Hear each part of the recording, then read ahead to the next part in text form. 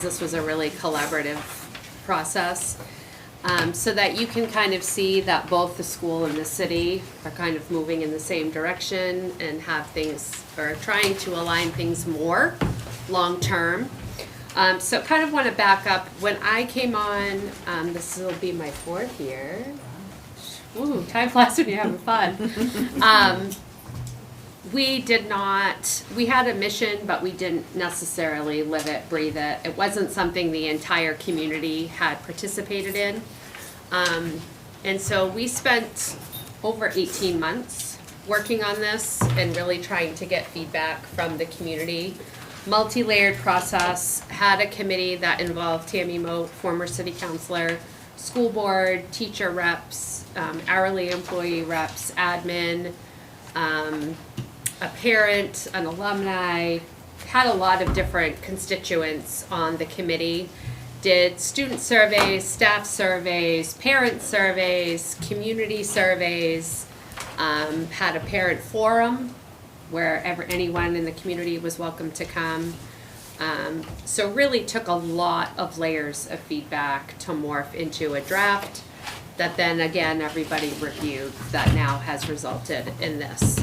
So tonight, kind of wanted to walk you through this a little bit. This is the front-facing document that the public has on the website that has been approved by our board, and is what we are using to now be the foundation of our decision-making moving forward, whether it's educational decision-making, budget decisions, all of those things. Everything has to now be aligned to this so that we're all moving in the right direction. So first, our mission, engaging and challenging all learners through excellence, growth, and strong partnerships.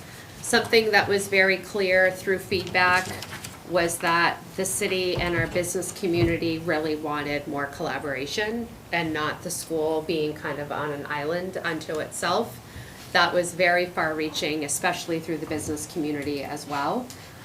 They had felt like pre-COVID and during COVID especially, schools were closed off to the public and people weren't really knowing what was going on, didn't feel welcome coming in, and that was through all different layers. So partnerships is something that you're going to see all through this plan, very much so. Our vision is to be a connected and thriving learning community where all learners, from our youngest students to adult learners, are supported by passionate educators, inspired by meaningful learning, and equipped for success in a dynamic world. The other big thing that I think you will see all through this is the value our community places in our career and technical education program and our adult education program. Those two things came up a lot throughout the process and are two programs that people, I can tell, really want to see grow and expand throughout our school department. We then really took a long time talking about what our core values are, which is on the next page. Of course, when we started this list was much longer. But really, in the end, these were the core values that resonated throughout all of the feedback that we got from all the different layers. Collaboration and teamwork, communication, leadership, growth, transparency, consistency, community, learning and achievement, and relationships. Those things were very tethered throughout, which you'll see in our goals and objectives. Do you want comments as we go? If you want to. I was just gonna, I wasn't sure what you meant by growth. In the earlier part, it was nice to see that by growth you don't necessarily mean size, you mean the continuous learning and development and basically Yes. the improvement for everyone who's there. So. And that goes for Appreciate seeing that there. employees and students, Right. I no matter appreciate their seeing age. that there. So strategic goal, what we've done for each is there's a heading, there's a statement, and then a why it matters, and then we have objectives. And these are things that we really dug into and have started building timelines for. And what types of things do we think would show that we've met the goal over the course of the next 5-6 years? So strategic goal 1, strengthen school culture and climate. Foster a safe, supportive, and respectful environment where all students and staff feel valued, engaged, and connected. This goal improves climate, behavior, trust, and student staff well-being in response to current challenges with morale and engagement. Teachers are feeling pretty beat up. All staff are. I would say the educational system has taken a lot of hits, and that came up resoundingly through our staff surveys, that they don't feel a lot of support from the community and or even building to building, department to department. And so morale is something that we're really focused on improving. But it also has to do with people questioning public education, feeling like they're under attack a lot, whether it's what they're teaching, the curriculum they're using, but also physically and emotionally being kind of worn out and tired. Behaviors are very different. The types of complexities that students of all ages bring to the table now is much more complicated than it used to be, even from when I was teaching. And so teachers carry the weight and the burden of that, as do all of our staff, every day. And so really looking at culture and morale is a huge piece of this for us moving forward. So objective 1, promoting positive and inclusive school environments, implementing a consistent district-wide approach that reinforces shared expectations for behavior and belonging, really trying to be more strategic about having feedback loops for employees, not just one and done here and there types of things, but really engaging them in anonymous feedback over the course of the years. Types of programming and resources that can foster mutual respect across the school community, ways in which we can have some of our departments and schools cross-collaborate, and then how can we build and sustain structures of support for students across the schools, whether it's an advisory program or it's focused learning at the high school, homerooms, those kinds of things that help students feel like they belong and matter and have points of check-in is something that came up resoundingly throughout this as well. Objective 1.2, trying to find different ways to celebrate our staff and our students and recognize them. We won a lot of awards the last couple of years, a lot of Teacher of the Year awards across our different schools, Administrator of the Year awards. Those are things that we need to celebrate and really focus on and highlight, talking about different things that our kids do and trying to find different ways to do that. Our school board last year started doing the High Five Award at every school board meeting. Just little things that we can do that maybe don't cost a lot of money, but really recognize staff and their accomplishments in a variety of ways. And then even something simple we just did for Thanksgiving, there's pieces of paper that have an apple or pumpkin on it, and staff could nominate other staff that they wanted to say thank you or that they were grateful for. And we had some staff volunteer to organize it. They put it up on classroom doors and in different people's departments just to say thank you to one another for work that they did. Little things that we can do to try to make people feel connected and like they're a part of something bigger. And then building time and space into our school year for community building events and times for us to do some fun things and build new traditions with students and staff. Objective 1.3, supporting social, emotional, and mental health for all. We've expanded over the last several years our mental health services. We continue to need more help with that. And I would say even with the behavior issues, we have kids who have experienced a lot of trauma. And trying to find ways to keep those students engaged when they're dealing with such strong issues has certainly changed the complexity of our schools. And so we're working on that. But also on the staff side, how can we promote staff wellness and help staff while they're dealing with these changes and complexities and their very difficult jobs? How can we take care of them as well? And trying to think about ways that we can support the mental health of our staff as well as our students. Ensuring safe, responsive, and prepared school environments. We've made great headway over the last year in collaboration with the Ellsworth Police Department, really redoing our emergency management plan. We've started training staff on new nationally approved approaches to school safety. We've done training with all admin on what's called CSTAG, the education jargon, which is basically how do you, as a team, look at students that may be troubled and determine what level of threat they may or may not be on a variety of levels. And really collaborating with the School Safety Center of Maine, which is aligned to the National Safety Center, and really starting to really look at how schools are trained and do things differently when it comes to emergency preparedness, or even how do we train staff when they're dealing with rising behavior in the classroom, because it is very, very different than it once was. Strategic goal 2, improve communication and build trust. This was another big theme throughout, that people really felt like communication was lacking internally, and then also external to internal, internal to external, and what kind of communication systems and protocols. What I have found, and what we found very interesting, is we feel like we've communicated more the last 2 years than we ever have, but what we're learning is that people don't read email anymore. And so that's almost antiquated now, and that's how communication happens in a school district. Everything goes out through text, everything goes out via email. And a lot of people have email, but they never read it. And so they think you're not communicating because they don't read it. And so how can we increase the two-way communication and engage more people? So that was actually pretty surprising to me.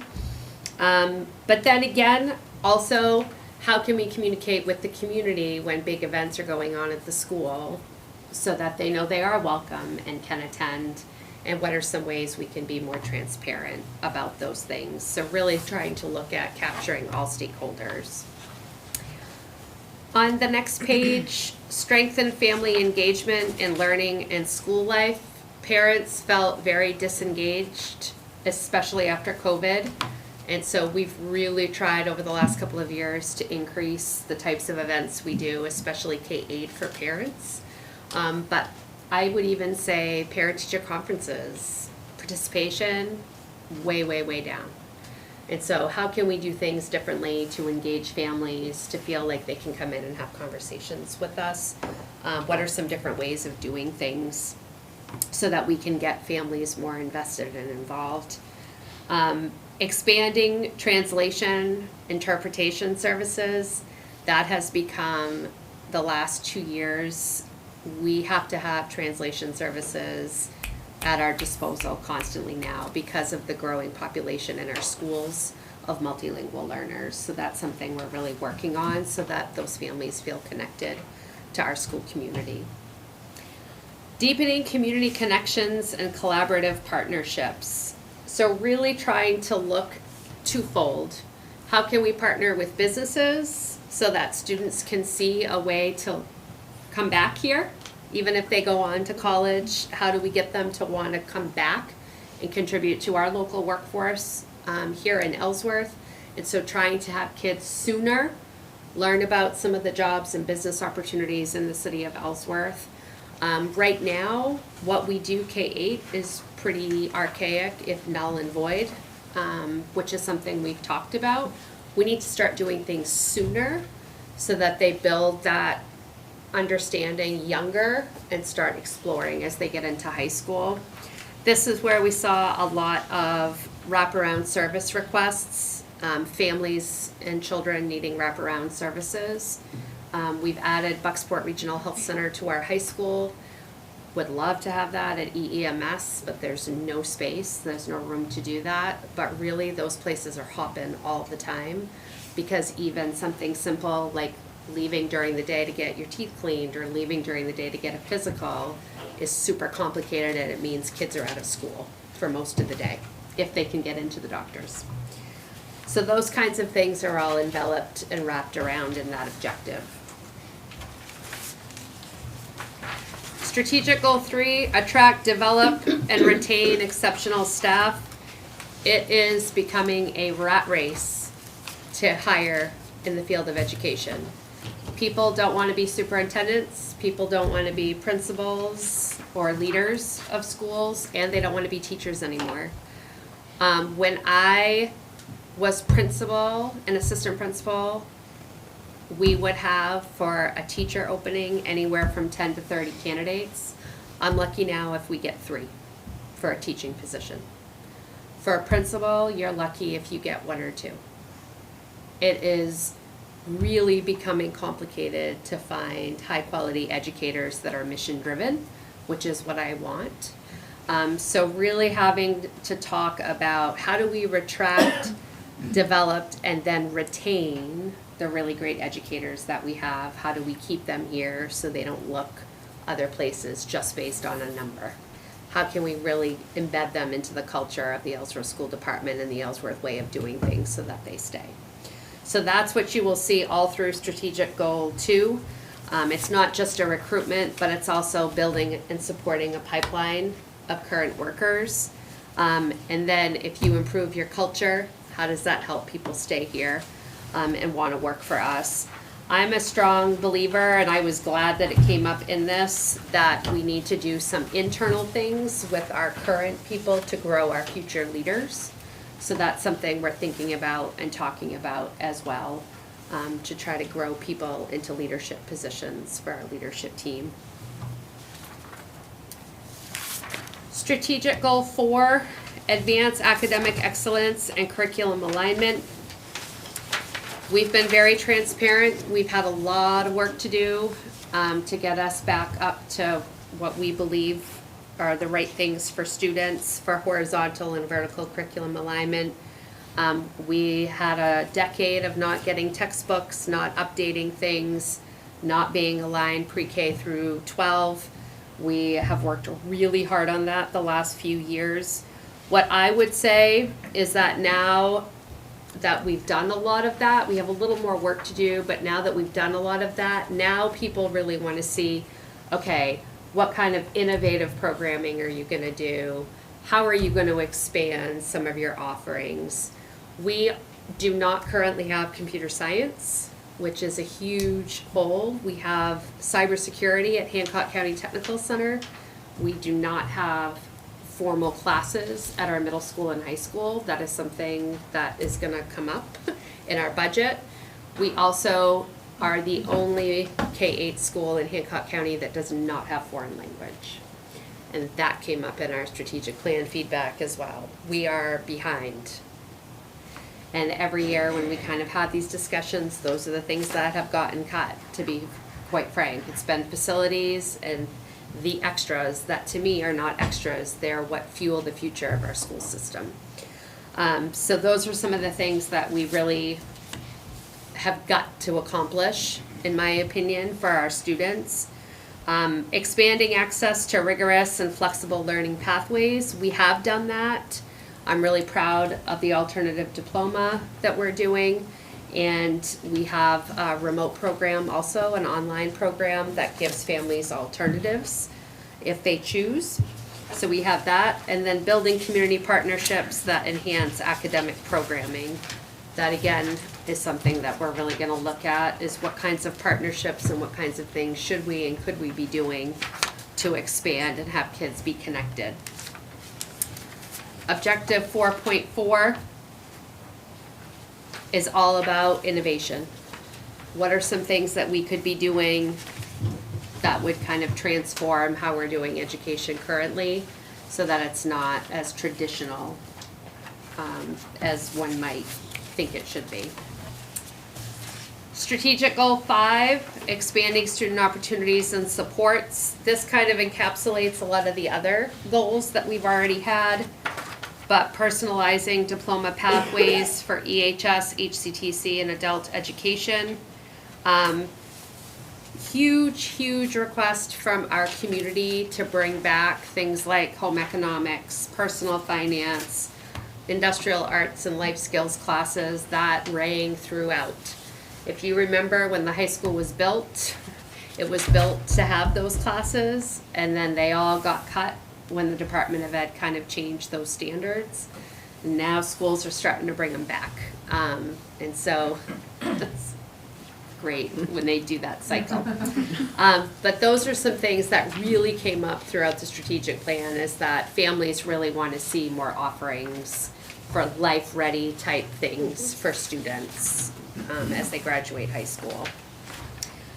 Objective 5.2, expanding middle and high school elective enrichment opportunities. That goes right in line with some of the things that I mentioned earlier with regard to computer science, foreign language.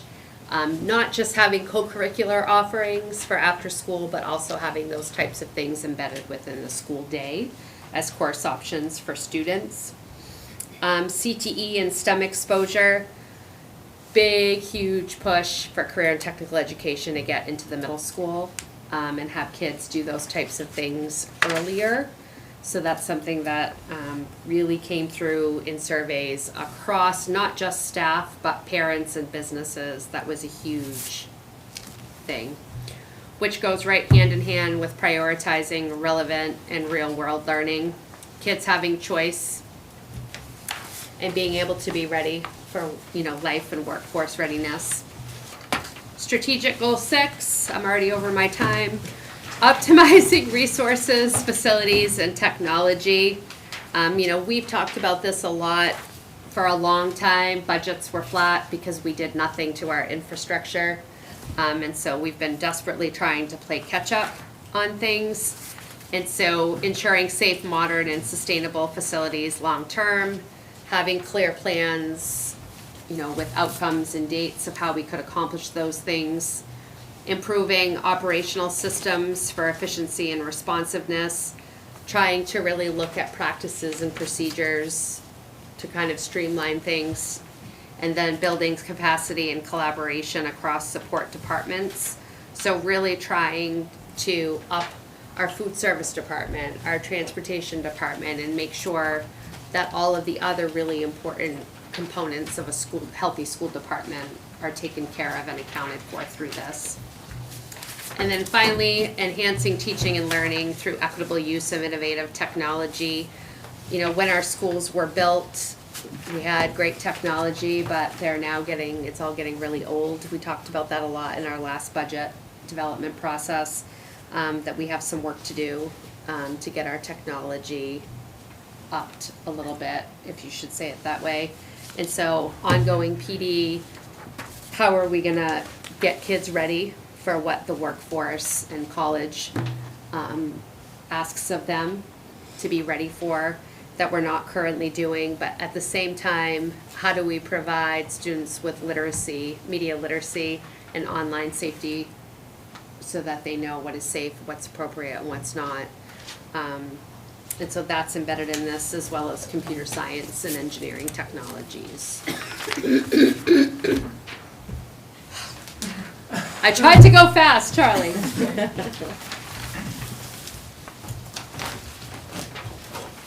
This was great, and I feel like it sounds, I feel like we're aligning really Yes. well. And I feel the word is community building, or that's 2 words, but the building community, and that's what's gonna make Ellsworth Yes. better, safer, just a greater place to live, work, go to school. So I'm really excited about this.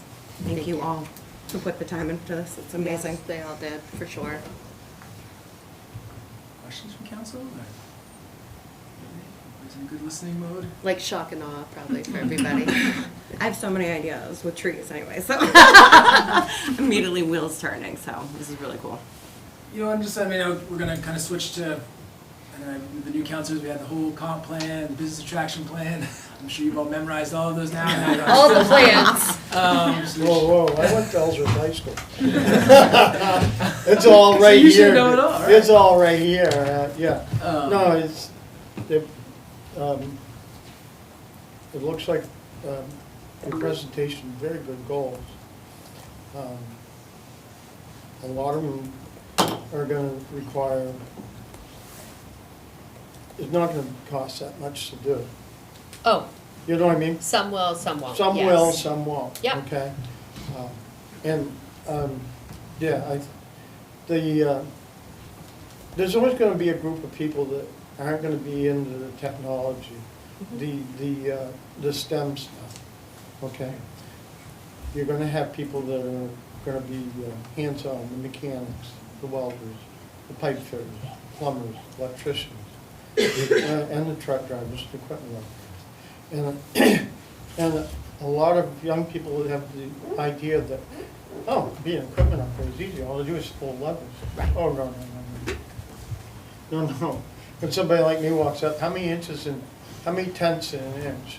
And they're like, it's 10 tenths in an inch. That's on an engineer scale. Okay? And they have to know the difference, you see me? Oh, absolutely. Yeah. And what we've had to do with our hands-on programs Mhm. is there's still so much technology now embedded in those. Mm-hmm. Oh, But yeah. if they're doing it embedded within the program, Right. yeah. To be a mechanic now, even automotives, heavy equipment, even small engines now, unbelievably, you've got to be pretty savvy with a laptop. For sure. You see what I mean? So if a 66-year-old guy can get in with a laptop and program a plow truck to go 60 miles an hour, don't try to make it go 70. And I would note for council, I know we're gonna get into, I'll just do a brief, kind of general strategic implementation matrix, and I talked to Councilor Smith, and, I have this board in my office on just the big plans that are aligned to our comp plan, business attraction plan, the other piece that, for me, kind of anchor the things, and then we have the school plan. But also with the budget discussion coming up, I know last year we worked really hard, to kind of, get it close to inflation as we can. I know, Amy, you mentioned you're going to the big school teacher union negotiation, and I think this is going to get tougher and tougher. I know the Ellsworth American on Friday came out with a news article that said Ellsworth has some of the lowest tax rates as a percent of median income in the region. They analyzed 15 kind of medium cities, towns, kind of like, and I was looking at that, I was like, oh great, like we're some of the lowest, there are no rates, and some of these other pieces, I said, all right, well like why? Is it because we're so frugal? Is it because, we have such a growth profile in different areas, which pieces? And when I started looking, I went through probably 10 budgets from other cities and towns, and I think a big reason is because we don't spend as much on the RSUs or our own school as those other groups. You look at their allocation for the schools, and that across the board, wow, that's a lot bigger than Ellsworth. Wow, that's a legacy community. And some of that I think has to do with the RSU system, where there really isn't the council participation in that. What the cost is going to be spent, kind of like the county. The county sends us a bill. Right. So Ellsworth, I think the school is being very frugal, but I know you mentioned, Amy, that we're at the lowest per pupil spending. We're the lowest per pupil spending, and right now our teachers are the lowest paid. If you look at their salary scale, they're the lowest paid in the county.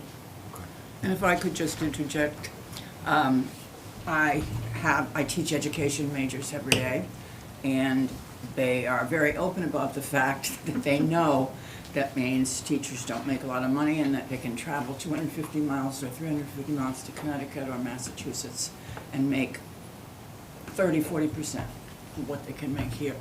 But being that as it may, I also had 100 students this year, first year and second year students, studying their employment situation. The Gen Z and employment was the theme for this course.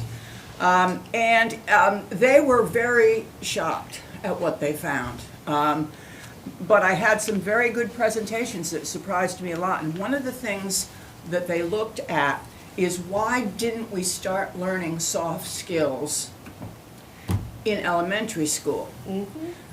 Because, I get up there and give them a presentation on soft skills, and this is what employers are looking for, and this is why you're having a problem. They don't even know what I'm talking about. 100%. So, as far, and AI is another issue. Yeah. Employers want them to be able to use it, but not all employers, but employers would also like them to be able to tell them how they should use it. Yes. So, that's another thing that you cannot cram into, cannot cram into a 4-year college degree. That's got to start earlier. gotta start earlier. Yeah, I used to work in labor workforce development. We did some economic research on this, and a college degree has the highest predictor in earnings, but very close behind it is early work. And the analysis was like, if you work early, you develop those soft skills. And you were 15 years old in a blueberry field in Maine. You figured out how to be on time. Yeah, there's a little bit more to it though, because as long as we have a generation in school that went through COVID and through this isolation, that was what changed the playing field. It bottomed everything out. I had one group of students do a presentation on Gen Z's phonophobia. They are afraid to talk on the phone. Correct. Now, you'd go in and try to interview for a job. Phonophobia? Yes. Oh, yeah. It is a thing. They want to text. They panic is when a the thing. phone rings. This is real stuff. This is not imaginary or off the Yeah. wall. This is what they're dealing with. So, I think it would be nice to say, well, if we can just get the COVID kids through, but somehow I have a feeling it's not going to be that easy. We all thought it would go back to normal once COVID was over, and Not at all. not at all. It had far-reaching complications. Yes. It did more damage. 100%. Absolutely. Good to move to the next one. Thank you so much, Amy and the team. Awesome stuff. I know Amy, your group one is, I'm gonna keep this pretty quick. So obviously in our comp plan, we have kind of similar to Amy's, these things blocked out, obviously the business attraction plan, the housing needs assessment, the green plan as well. So our teams have been working pretty diligently over the last few months to organize this work into a kind of strategic implementation matrix. So, I think when I was interviewing for this job, they said what does leadership mean to you? And I said, leaders get results, clear, quantifiable, measurable results. That's a pretty critical piece of it. We've got a lot. I think I'm going to do a write-up of what we've done over the last year and a half. The budget, which we're about to talk next, was a big piece of that. A ton of other things, but as Councilor Smith kind of noted, when do we get to do the fun stuff? When are we not just going from fire to fire to fire? How do we feel like we know? Moving forward would be nice. Yeah, that there's some sort of, plan or idea. So we started kind of putting all of our project plans on, from Parks and Rec to our deputy city manager, our planning department, our economic development group. We meet twice a week as a project management team, and we do high frequency updates as a group. The fire chief's there. We have some special guests that arrived last week. Our IRCI person was there checking out things. We try to keep a kind of a mix, and we go through every single one of these projects in pretty quick order to get updates and kind of get group feedback. I think at some point Danielle, she's leading kind of the strategic implementation work, our director of planning and urban development. So I think we'll have set aside a future workshop where we really go through a little bit of the principles and how these line up. Every single one has here's how many pieces of the comp plan matrix this hits. This one's green plan. This one's housing needs assessment. This one, so you can kind of see, and that helped both by time and by kind of pressing need, arranged into tier 1s, tier 2s, and tier 3s. That, over the next 3 to 5 years, I think we'll be, we'll hopefully accomplish most of it. We're going to get our first X tonight. I'm going to give a piece to Roddy, the Moore Center lease. That was a year and a half in the process to kind of renegotiate that lease so that it would be fair and equitable for all the stakeholders. I'll just go through this crazy quickly. The TIF redesign, the ordinance, which is our tax increment financing districts. This is going to open up a ton of new economic development and also kind of shelter new growth in the city from us losing revenue sharing from the state, which we don't want to do. And also we can put that aside to things like in the past they've spent that money on some school projects and economic development activities. That's been kind of laid aside for almost a decade and now is something that Twyla, our economic development person's. Ordinance reform, super excited for Danielle to bring this forward. Just met with their consultant, they've done a spectacular amount of things to make us very streamlined up with state standards and further that economic development. The cannabis ordinance, I think we're coming January on this. The courthouse road project, 1, 5, and 10-year SIP plan. I'd say this SIP plan, ordinance reform, and TIF design, that was our 3 major prongs of our kind of policy initiatives of the last city council, was to do those three things. The councilor over the next 2 or 3 months, you're going to see the kind of fruits of that work come together. Branch Branch Lake Trails grant, which we've applied for, and Roddy has a whole plan to kind of redesign our trail systems, which was kind of fallen by the wayside for a while. We also in Roddy's the reimagining of Knowlton Park, Bayside Road, which is in very tough shape. As anybody who's been there, we're thinking about a municipal partnership initiative with the state to kind of get that done. Big facade grants that that Twyla's been leading up to kind of help with our downtown. The school track, we're in good shape there. Amy and I have got some fundraising to do, but I think the RFP is close to being out there. Also with the fire department apparatus, those are from last cycle. Those were our two big kind of capital plans, as we're waiting on a full 1, 5, and 10-year plan. It's like, so not just one-off things, we'll have the full piece of that. That goes into street scan, which is in tier 2. We just scanned every single stitch of road in this city of Ellsworth, so unlike previously where you had kind of a committee of some people who know and they think where the worst is, now you can go in every stitch, red, yellow, green, conditions, repair.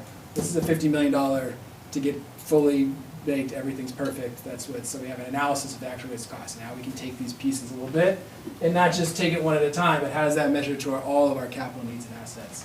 Thriving Community Initiative, this would be tens of millions of dollars to redesign high streets, a federal partnership, to make it more walkable. Right now you can't cross the street in a lot of places. You can't, so how do we make all these connected? Same thing with the Village Partnership Initiative, that's a $30 million initiative that could transform the downtown. It's a 9-to-1 match with the state and feds that could do things like a river walk to connect the marina to the downtown and allow people to kind of take their boat here and then have some lunch.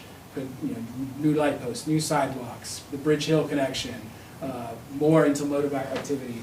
Erky Reimagining, our great team Twyla and Tracy and Erky, they're getting that to be budget positive. With Steve, we're going to come back soon, just like we did in the YMCA, to have a deep dive on that project so you can see the financials there a lot better. Parks and Recs needs assessment, that's almost done. Wayfinding signage, Ellsworth's the largest coastal landmass in Maine, the second largest in New England. But we don't have a Welcome to Ellsworth sign. You can drive across the place for 45 minutes and you never knew you were even in Ellsworth. Wouldn't it be cool? To be like, wow, I've been in Ellsworth this whole time. It's some of those things, we got money for in the last budget cycle. We used some TIF funding. We're going to have kind of stage 1, but there'll be multiple stages there. Tourism and branding, and that's partnerships, as you talked about, Amy, with the Heart of Ellsworth. They're doing great stuff there. We're going to kind of marry that to the wayfinding signage, website and branding as well. Not mobile friendly, not accessible for needs. It's actually a requirement for our websites to be accessible soon, so we got to finish that.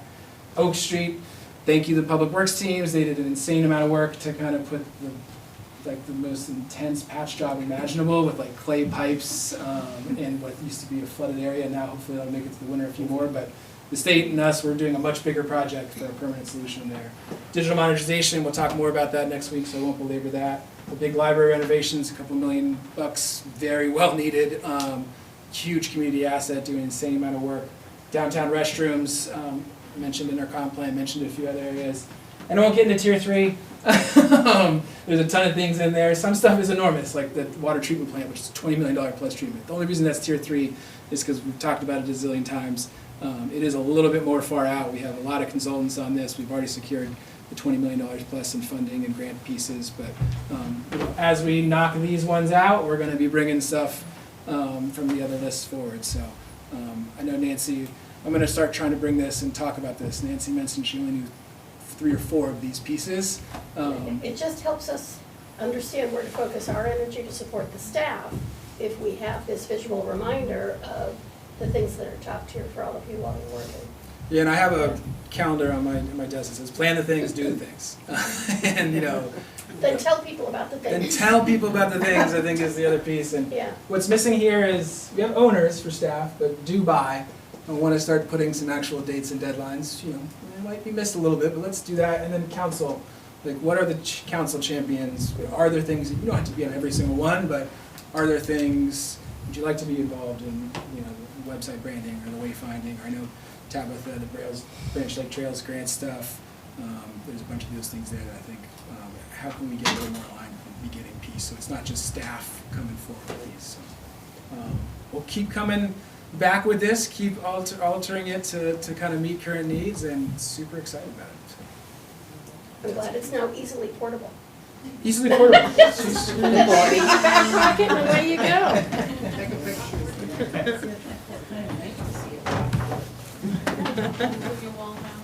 And now, what's that? There is, but I can swing back in. And we will let the school folks go. That's what facility management. You can stay for the rest of the. Thank you, everyone. Thank you. You're doing a good job. Keep it up. Thank you. Thank you.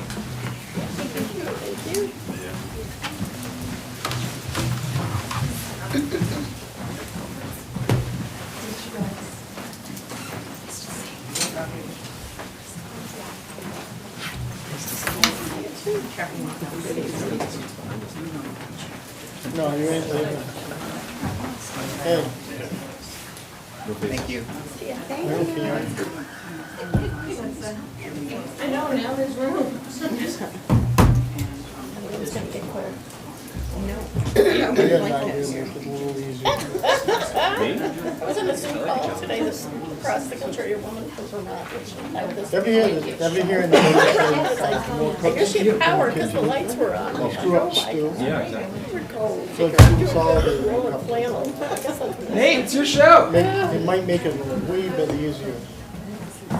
Good evening, everybody. Let's talk budgets. So, it's me again, on the screen, here I am, Wizard of Oz.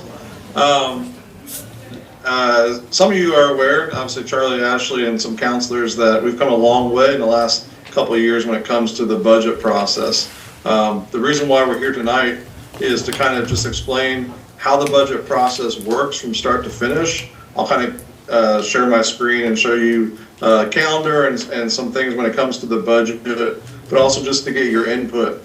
Like I said, we've come a long way, but the goal is to continuously get better. So we're bringing this to you guys tonight to get your input and to see how, like I said, this FY27 budget that we're about to work on here in the next few weeks, how we can make it the best product ever. So let me go ahead and start sharing my screen so that way I can kind of go over some things with you. First thing I'm going to share is the calendar, which I believe you should see right now. The calendar, this just kind of gives you a brief overview of the timelines and dates that we're looking to hit when it comes to the budget process. Obviously, here we are on December 1st. We're at the workshop right now. We're going to open it up to outside organizations tomorrow, and that'll be something that they can fill out online. They'll have the form online only, and like I said, that'll be posted on social media, website moving forward. And I won't go over everything. I can send this to you guys if you don't have it already. We have a management team meeting next Tuesday. That's to kind of go over the budget process, especially with the new department heads that we have, how the budget process works in our financial software, Cassell. This could be a training, like I said, for especially the new ones, but also to give the input and feedback that you guys give us tonight. We can make sure to present that next Tuesday, so department heads are aware of what they need to be working on for this upcoming budget cycle. Moving into January, our deadline for the municipal budget is to have it, all the departments to have their budget submitted by January 22nd. Looking to create the budget book on the 29th, which that's going to be something that Charlie's going to look over. He's going to meet, as you see in February, with each individual department, go over the budget, and from there, obviously discussions are had, meetings are had to see what, obviously if Charlie may approve the budgets or he might make some adjustments, but that'll take place in February. And moving forward to March, that's when we start having all the workshops.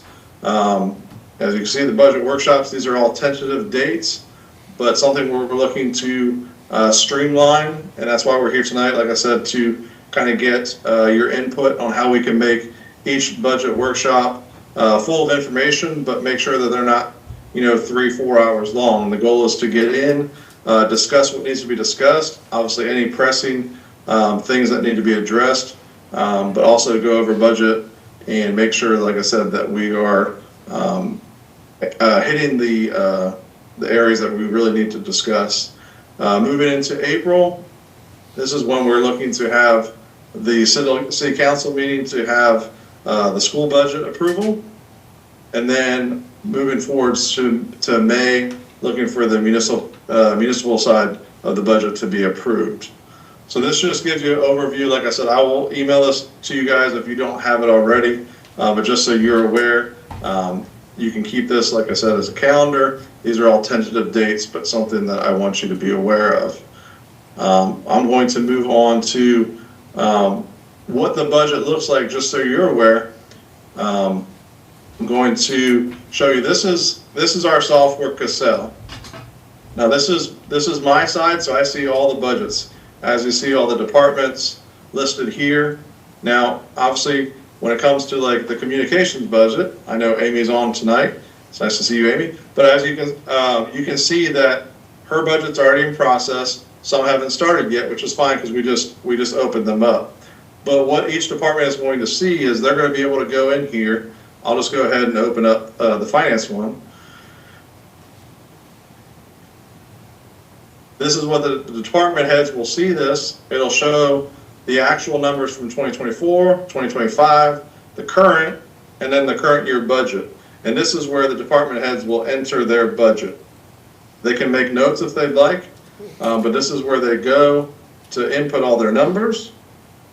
Like I said, they can use previous numbers. They can click these if they need to get what these amounts are comprised of.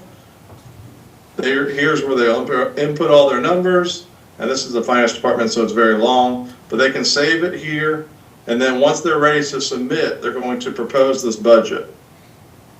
This is what's going to go to Charlie. This is what Charlie is going to see. Charlie and Sarah are going to see once they go over each department's budget.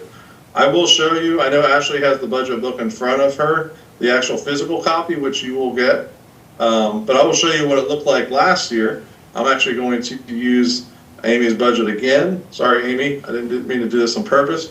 But you can see that this is what the book's going to look like for the new counselors. You have the head page showing communications for this department specifically. It'll show the expenses and the revenues and the breakdown. It shows the positions that are comprised of this department, and then just the duties and responsibilities. If you move forward to the next page, you can see what all those amounts equated to when it comes to this particular budget. Payroll, printing, advertising, so on and so forth. And then there's going to be more detail on the following page when it comes to what each account comprises of. Obviously, payroll is pretty specific, or pretty self-explanatory. But professional services, subscriptions, stuff like that, you might question, and you'll see more of a detail on that. So this just kind of gives you an idea what the budget book looks like. You can go online and see this for yourself. Like I said, Ashley has a physical copy in front of her, but also if you could just go to ellsworthmaine.gov/budget, you can pull that up there. And like I said, if you just want to kind of give yourself a brief overview of the budget if you haven't looked at it yet.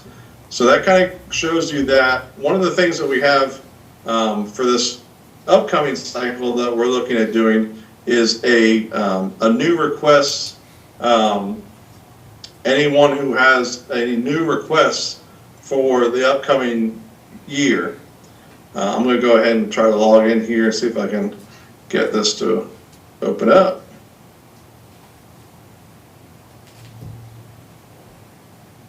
Must have timed out on me, so I apologize. I blame Amy Bowles because she took too long, but she's not here to defend. Nate feels relieved it's not him. She's not here to defend herself. Yeah. All right, let's see if I can.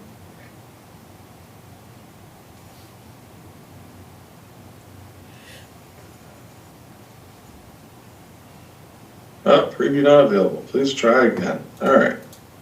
Let's see if I. All right. That's not working. Let's see. All right, Nate, I know you're on the call. I need to go somewhere for something.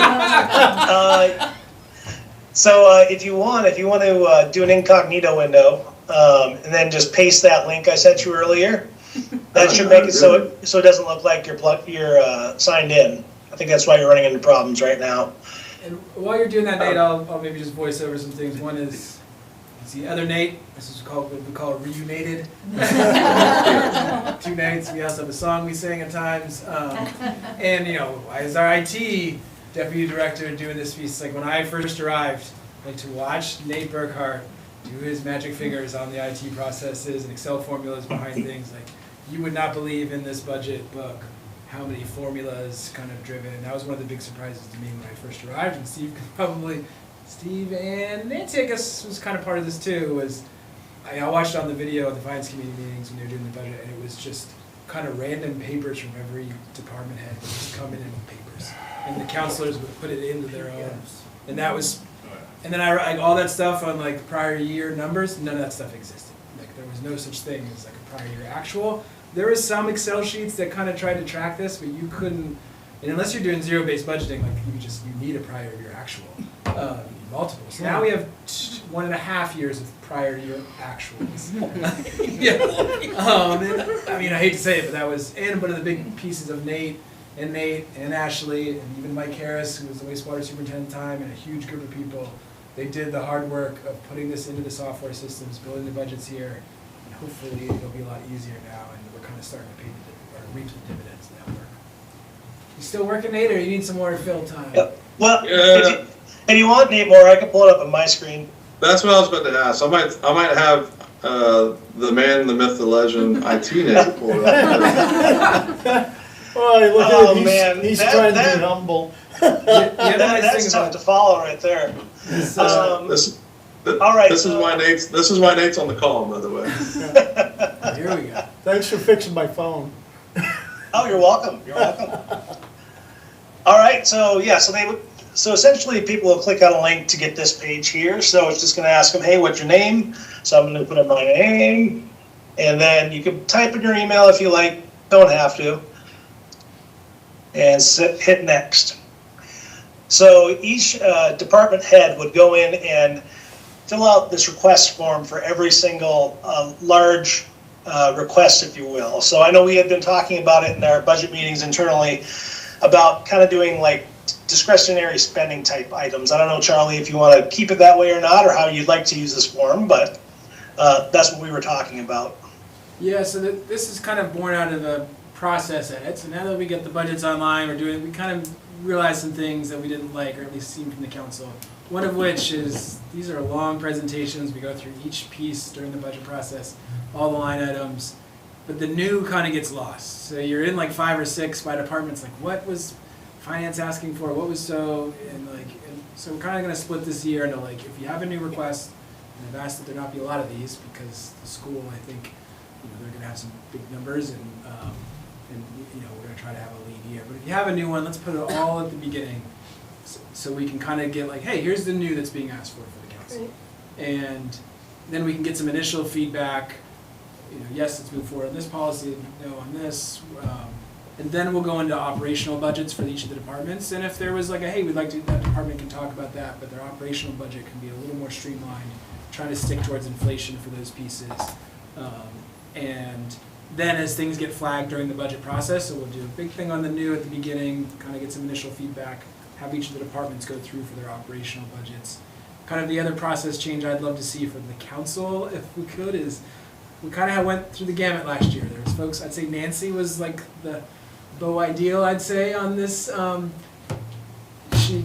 I don't know who that is. She was the beautiful ideal. Prepared before the meeting and read things, and then also like when she had edits or changes, she'd like email us almost like a change log to Ashley. And I was like, we knew exactly what Nancy liked and didn't like in the budget. But I almost felt like in the meeting there could be more of that. Like, hey, I'm not quite so sure about this.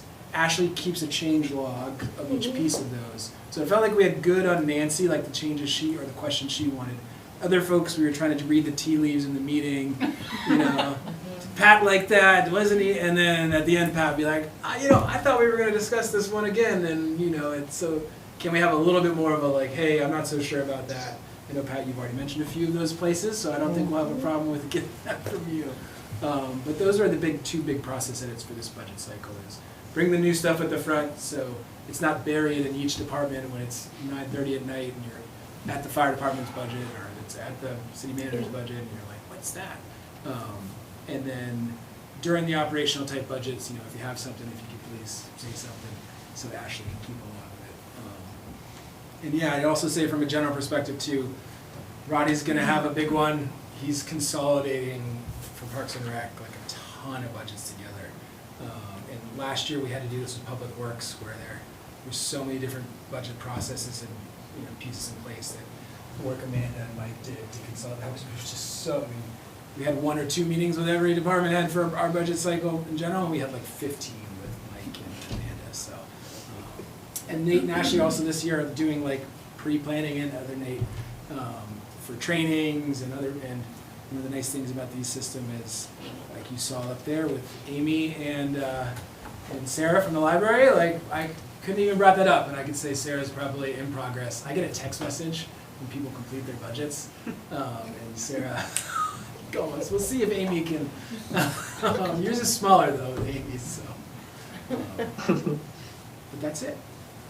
Yep. So just to finish up on this part here, so obviously after they submit a new request item, it would then move on to request attachments, so they can attach any supporting documentation for the request.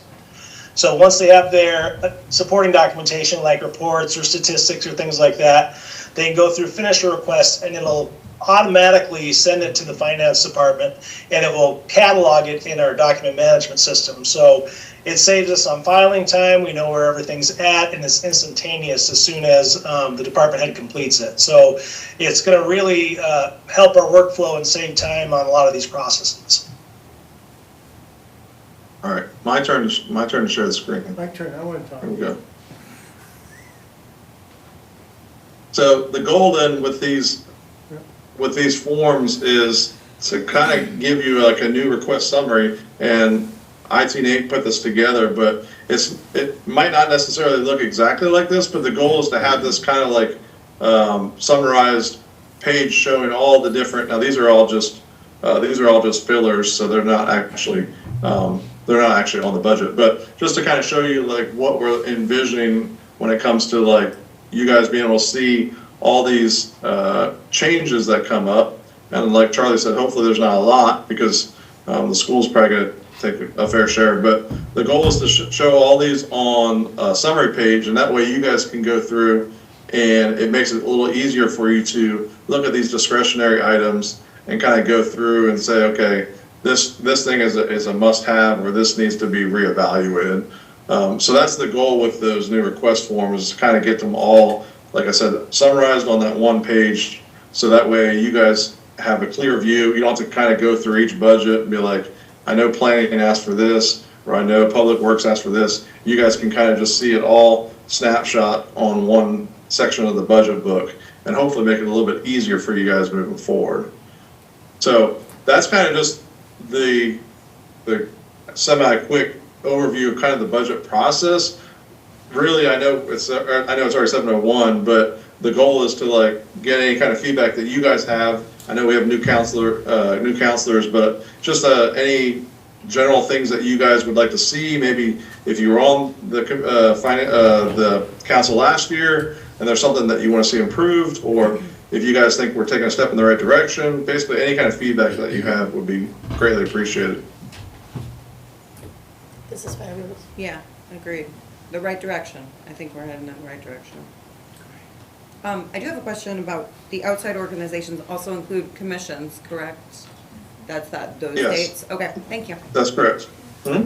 Yeah, I'd say that was kind of a miss last year too, is like commission budget planning and a little bit more, you know, we kind of, I feel like there wasn't enough staff interaction. I think Roddy being here is gonna help with like 3 of those, which now is kind of some of the budgets he's gonna help consolidate into a Parks and Rec overall budget.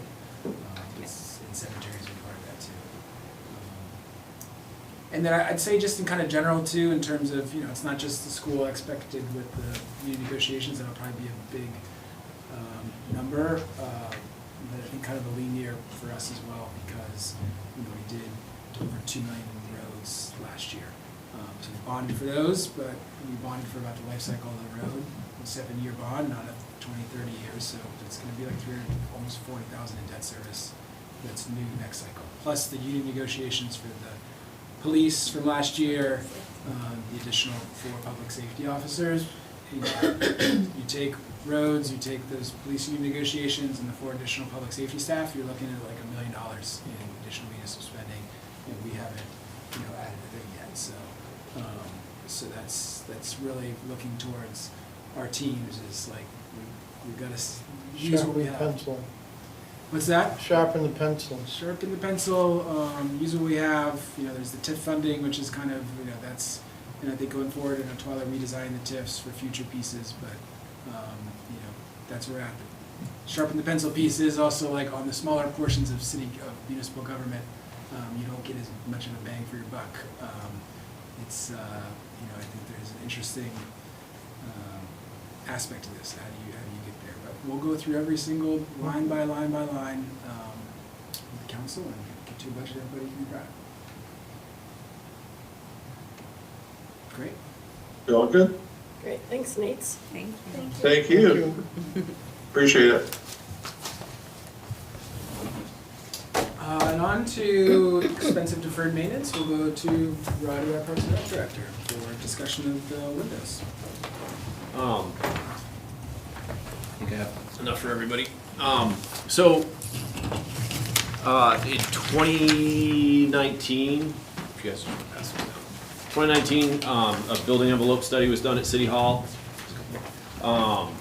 And that kind of prioritized a bunch of the work that needs to be done to help with water penetration, the roof shedding ice and debris into the parking lot around pedestrians. Just kind of let us know where we're at as far as like the building being weather tight, energy efficiency, security, a whole bunch of different points. And that work, I've full transparency, a lot of this stuff started before I got here, and I'm just trying to pick the ball up and keep moving it down the field. So a bunch of these projects have been done. I actually spent the last couple of days at work trying to figure out what has been accomplished and what has not. Some of the items are incredibly financially prohibitive and would be incredibly disruptive to business as usual at City Hall, so they need to be planned carefully.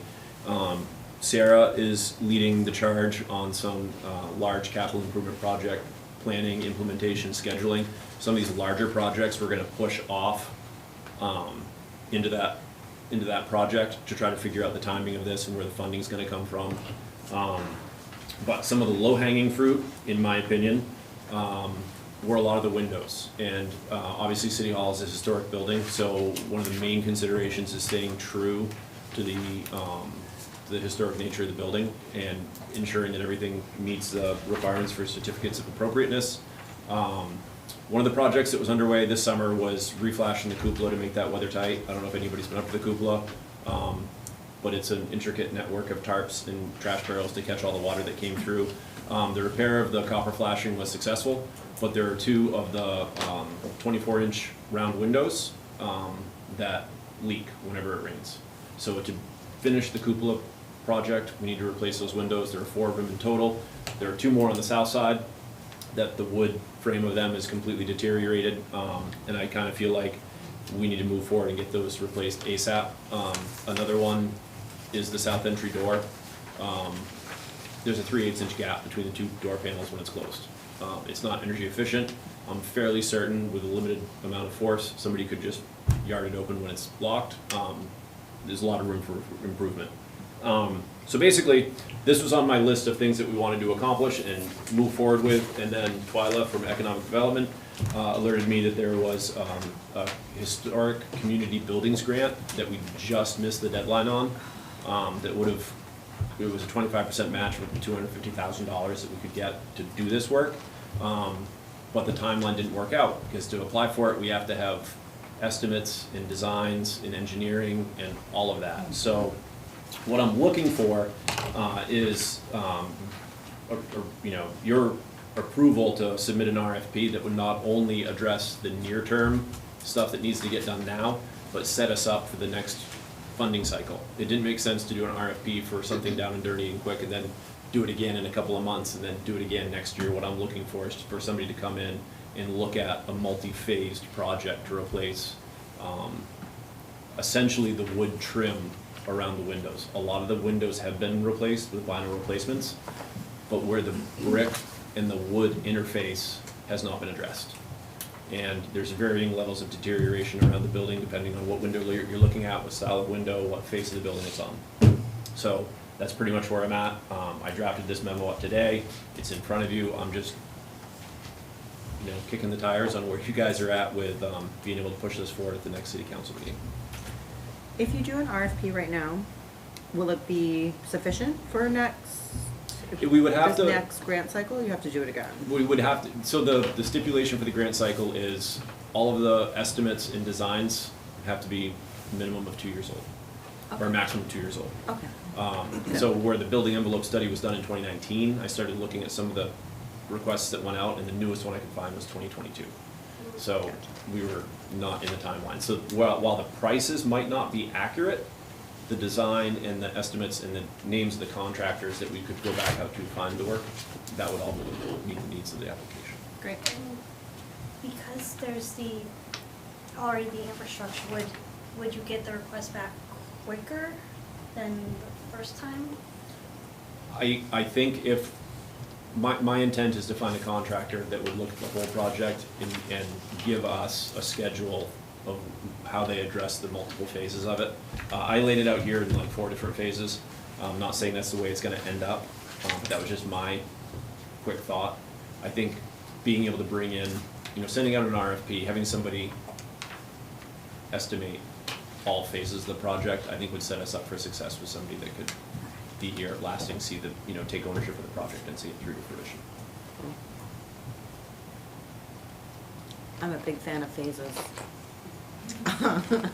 Make the money go a little further. Yeah, and just to be, my best guess, what we're looking for these 6 round windows in the doors, and then I think there was like replacement of 3 cracked window panes that I identified throughout City Hall. I don't think we'd be looking at more than $25,000 or $30,000 for this round. It's just basically, like, it's an identified, like, there's literally water coming into City Hall when it rains, so. It could be more than that. Oh, yeah. The price of windows had jumped right up, especially if you want to try to go with historically correct. You know what I mean? It's unbelievable. So, doesn't hurt to get the estimates, to see how much the price difference is from instead of reinventing the whole wheel. Then you'd have some information come forward to say, can we do the RFP and put it out to bid? See if there is the money, you know what I mean? And we do have, Because we do have some money in the City Hall reserves Right. that I believe would cover this first round pretty easily. Because you don't want water damage. It's not, Yeah. That door is just, you And can that see door, right yeah, through it. yeah. It's right inside. I don't think Gillette, that's, I think you can. I don't think that's ever been replaced in my lifetime. I bet you might even find somebody, say, his name is scratched in it somewhere. Probably. I know Sarah will have more on that as part of the full SIP plan with the building. You can see kind of the bricks falling apart in various areas. That's another big piece of it. That's probably gonna be a common deal for the building of this age. Speaking of envelopes, does the carving qualify as part of the envelope? Unfortunately, it does not. It does It was mentioned in the study, but because it doesn't actually protect the inside from what's happening on the outside, it was not considered as part of the envelope. Okay. Okay. We can get an update. That might be on the tier, adding the sign as its own thing. I know you all had some discussions Yeah. already, but that might be just something to get a little more high frequency updates on. Because it's such an important one and kind of identity in the town. Mm-hmm. So I'm gonna add that to the list. Any other questions before we get to enterprise? Great. I'm gonna send it over to Dustin Bouchard. He's our representative with Enterprise Food Management. And just a little background for Dustin. We kind of went to the police department first on board with this, with bringing the police vehicles to a lease, more kind of predictable cost for the city as opposed to the previous cycles. It's been very successful for them. A few other cities and towns went to a more lease model. Last year we kind of had got reported there was 5 vehicles in public works that were so wested out, so they weren't. You can see the ground through them. They weren't inspectable, and so what we do to replace these things. We had the guys driving around in dump trucks for a while. It's not exactly a good use to have your crews. So it felt like we could expand with Enterprise. It was pretty, budget conscious as opposed to having to buy 5 new trucks. And since expanded the program a few times in the last budget cycle, but to give the council just a little bit more of like how this works. And I think I'll send it over to Dustin to kind of give an update on our fleet. So one of the other nice things about this is we have somebody really like managing our fleet all the time. So thank you, Dustin. Thanks, Charlie. Yeah, good evening, everybody. Like Charlie said, my name is Dustin Bouchard. I'm your client strategy manager, or better known as just a client advisor for your fleet. Just a little bit about me. I was born and raised in Caribou, Maine, so very familiar with Ellsworth. Been on your soccer fields many times, playing against you over the years. In terms of where I live now, I live in Windham now with my wife, my dog Franklin, so still local to Maine. In terms of kind of the municipalities that I do represent outside of Ellsworth, we will get into it, but Waterville, City of Presque Isle, County of Waldo, Aroostook County, City of Augusta, and also other towns that are looking to partner with us as well as we kind of continue to grow in the Maine market. So yeah, I'll just kind of jump right in and just give you just a brief synopsis in terms of anybody who hasn't met me before, and just kind of a little bit about what we do, what we've done for the city over the last few years as me as the account manager, and kind of what we're looking to do as we move through the budget season. So let me just go ahead and share my screen here. Are you able to see that? Gotcha. Good. All right. Technology is working, so that's a plus. Okay. So just real quick on the agenda. Again, we're going to touch on just an overall kind of fleet profile. I want to give you a high-level overview, kind of the state of the union, if you will, of where we're at, from everything from your police department to economic and code development, all departments that we have underneath the program today. We're going to look at the open-ended lease model and the structure and how that works. When you hear the word lease, sometimes we kind of run away and hide because we don't want any payments. We want to pay cash. Our open-ended lease model is just a little bit different than a dealer lease, so we'll explain why. And then again, we'll look at the kind of the power and the reach of what we've had.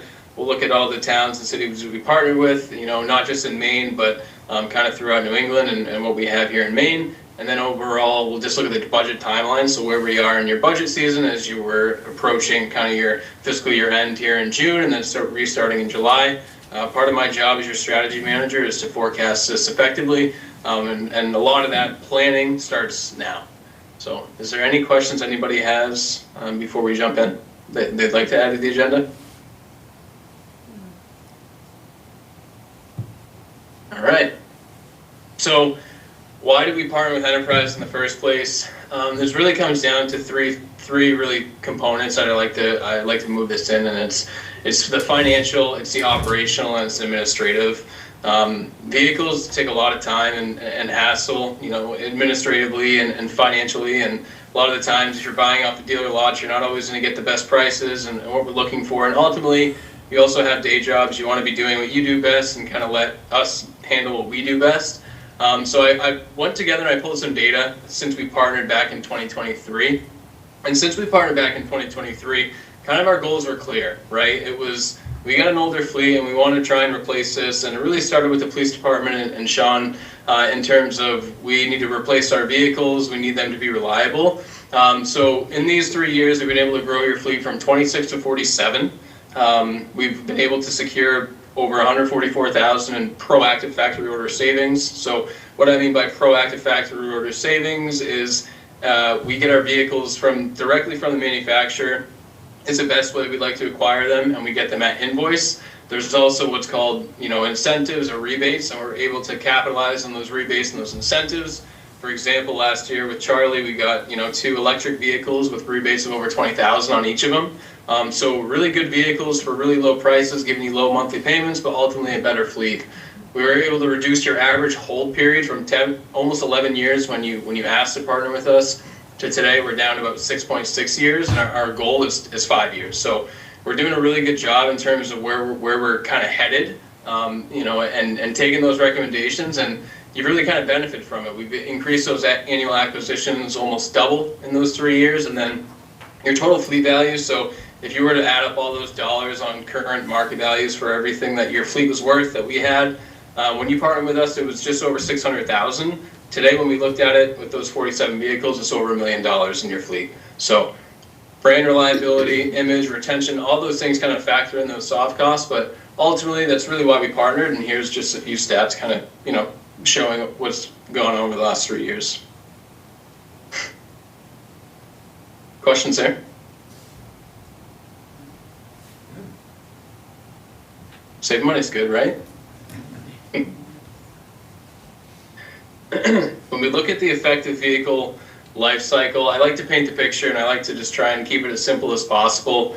That big red rectangle is really when you kind of partnered with us and you came to us and we wanted to do something about it. And really what this says is that when you buy a vehicle off the lot, immediately that depreciation kind of, that falls. So that market value is going to fall. It's a depreciating asset, so it's going to continue being less and less. Over time, your fuel and your maintenance are going to be the biggest drivers in terms of overall total costs that you really wouldn't think about either once kind of that vehicle's paid off or you've had that vehicle for a long time. So that optimal time to replace that green circle, that's where I like to live. So what we like to do is we like to buy the vehicles as low as we can. We like to run them effectively for your fleet for as long as we can, and then I'll be the we'll strategize and we'll let you know when it's time to turn this vehicle in or what the market position is looking like, and then we'll go ahead and we'll sell that for you. Enterprise buys and sells about 1 million vehicles a year, so we utilize that enterprise infrastructure to be able to sell on your behalf. And really what we find is that, like I said, from those points on the previous slide, we're able to increase your overall brand image, we're able to increase your fleet value, and you're able to kind of stretch more with your capital budget.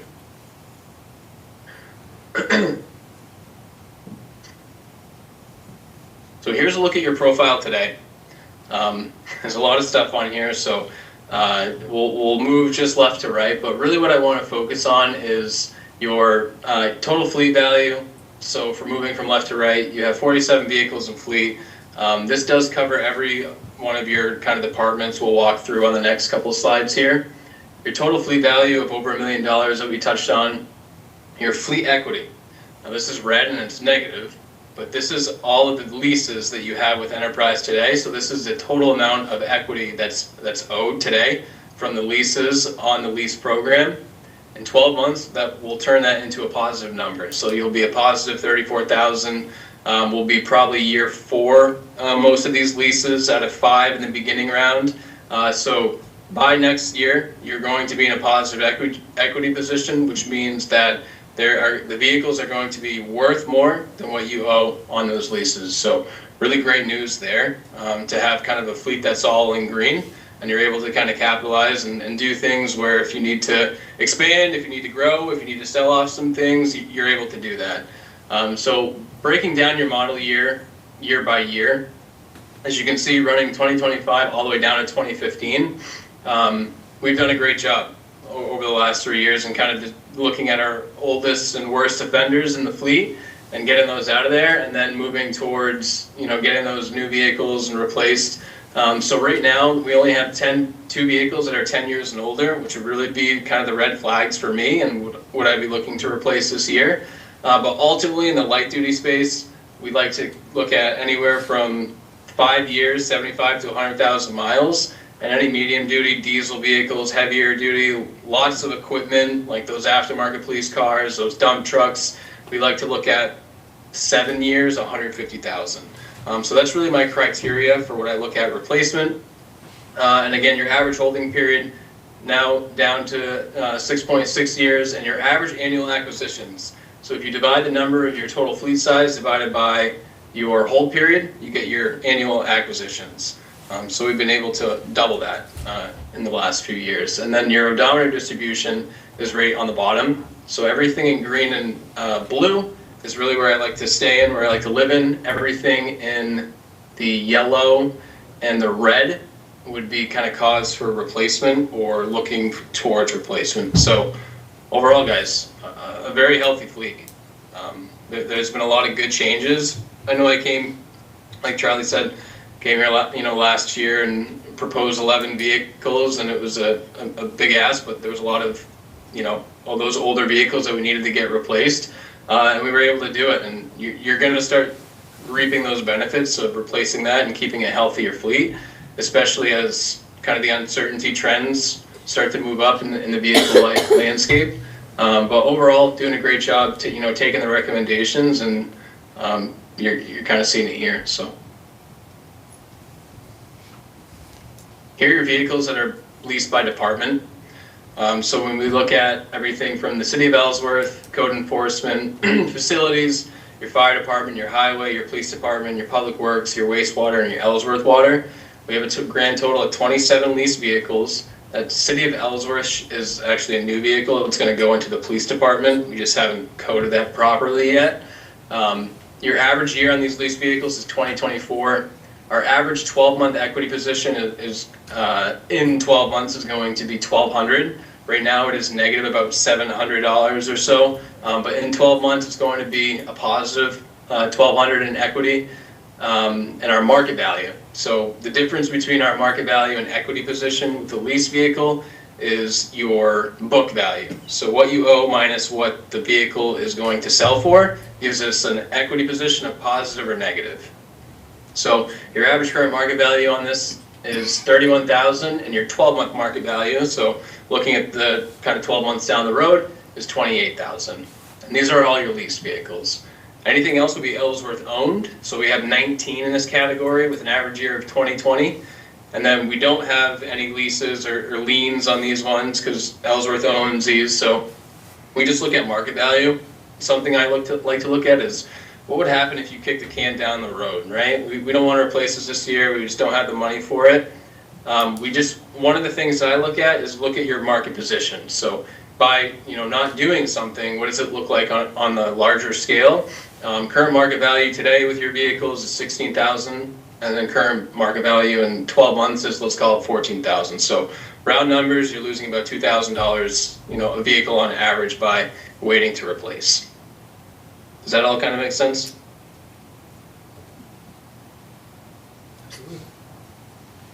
And then here's our open-ended leasing model.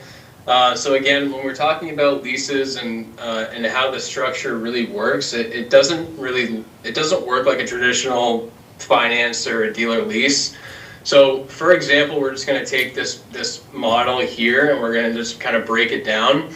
So if you were looking at a traditional cash outlay or a finance, you'd be writing that vehicle down to $0. So we'd be buying that vehicle for $42,000. We'd be writing it down to $0. Your payments would be with this model, your payments are going to be $875 a month.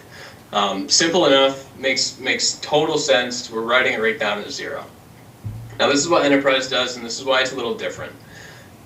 We would take that vehicle and we would buy it for $42,000, but we wouldn't write it all the way down to $0. We would leave a residual on that. And the reason why we leave a residual on that is because we want you to have more cash flow back. And we know that we're going to be selling this vehicle while there's still some life left onto it. So in a traditional dealer finance, you're going to $0, or traditional, you're going to pay cash and you're going to hold it for 10 to 15 years. The way that our lease model works is we're going to look at that from a 4 to 5 year plan, and at 48 months is what this model is saying. So after 4 years, with that $42,000 delivered price, we're going to tell you that vehicle is going to sell for $22,500. So with that being said, we're not going to write that vehicle down to $0. We're going to write that vehicle to $10,000. So now your monthly payment is going to be $667 a month in cash flow, And and when we sell that vehicle, when we go to turn that vehicle and sell that vehicle, you're gonna have $12,500 that's worth of equity that's gonna come back to the city of Ellsworth in the form of, it could be cash, it could be replacing a vehicle and putting that down as call it a down payment, or taking that for an invoice credit. So that's really where we differentiate. And we don't charge for wear and tear, mileage penalties, anything like that. We really look at kind of, how we can effectively overall help your cash flow. And then when's the right time to sell that vehicle, get out from underneath it, and then put you in a positive equity position so you can get you can replace that vehicle for lower than what you got the other one. So as you continue to work with this program, you're gonna find that, okay, well, a lot of my vehicles now, when it's time for me to sell them, we're gonna have $10,000, $20,000, if we write them right and we do the right things, we're gonna have that equity back that we can put towards another vehicle, or we could give back to the city. So it's a really good tool, and it's forecastable, and we can really stretch this out, 5-10 years, just looking at kind of what are our costs going to be, because new vehicles are pretty easy to forecast in terms of what our costs are going to be for fuel and maintenance and payments. Where it gets tricky is those longer years when you're holding in 10-15 years, because the things just become unpredictable at that point. So does that, before I switch gears, does that kind of make sense of how the leasing model works? And it's a little different than a traditional dealer lease. Yeah, it's a pretty good model, really is, because ideally, you don't want to keep your vehicles to run down to zero. You want to keep them long enough so that your fuel economies and your overall maintenance is not overshadowing causing the drain on the wallet. You see what I mean? So when you get rid of a vehicle, you want to have it that sweet spot, like you said. There are some of us that are going to hang on to something for a long, long time. But Yeah, and this kind of gives us that option too on that residuals piece. Like, you got such huge deals on the EVs that code cars might get to in the public works administrator car. I think it's like 4,000 is the residual on that. It's like, we might want to hold that. We don't have a ton of miles, or we might be like, hey, we can sell it for more. Let's swap it out. I know in the well, there's another issue with vehicle and equipment maintenance. You can have 6 vehicles with the same, just one serial number apart, and in my experience, you're going to have 1 or 2 in there that are going to be problem children. Probably with their model, they can pick out which one's the problem child. That will cut down on the maintenance cost of it. That's a great point. We actually Dustin did that. I won't say what models, but I was like, hey, this one's a cheaper one. Then he's like, you don't want that one. That one is going to give you problems. You're not going to be able to use that one because you've seen it at scale. Yeah. And, I mean, you, like I said, I've seen it where there's 1 or 2, just a serial number apart, and it's like, this one, these 2 need to go. It's a hard sell to the boss until they flip open the maintenance records and they go, oh, I guess you're right, time for these 2 to go. And I'm sorry to rush you along here, Dustin, but we're getting Nope, you're good. I mean, besides what we talked about, again, these are the clients that we partner with, and so over 20 clients, 1,200 vehicles under management, and then continuing to growing. It's our fastest growing space in government because it's not competitive, and we're able to kind of mirror your capital and operating, move that operating more to that capital spend, and then just marry your government, buying and spending power with our cooperatives, Sourcewell agreements, and other purchasing cooperatives like that. And then ultimately, here we are in the process today. So just wanted to give you an idea in terms of kind of the way that it works and our fiscal year planning. So today would be almost an introduction of what's going to happen over the next few months. Charlie and Sean and myself and the other department heads over the next few months are going to work towards a plan. And our goal would be to have a fleet analysis meeting to you in between that kind of April timeframe that we were able to kind of March, April to get budgets approved by the time July comes. So I'll go ahead and I'll stop sharing, but any final questions? Again, thanks for having me. Thanks for letting me speak a little bit. Thank you. Thank you, Justin. I think we'll switch it over and just, it's been a great partnership. We're meeting all the time, and to me, it's also been helpful from the budget side. It's kind of taken it from a very variable cost to more of a set cost for kind of how we look at our fleets. And also just to have all this data and tracking, kind of like the budget, it's like a modernization piece that we feel like is come up. So thank you, Justin. Okay. Have a great night, everybody. Thank you.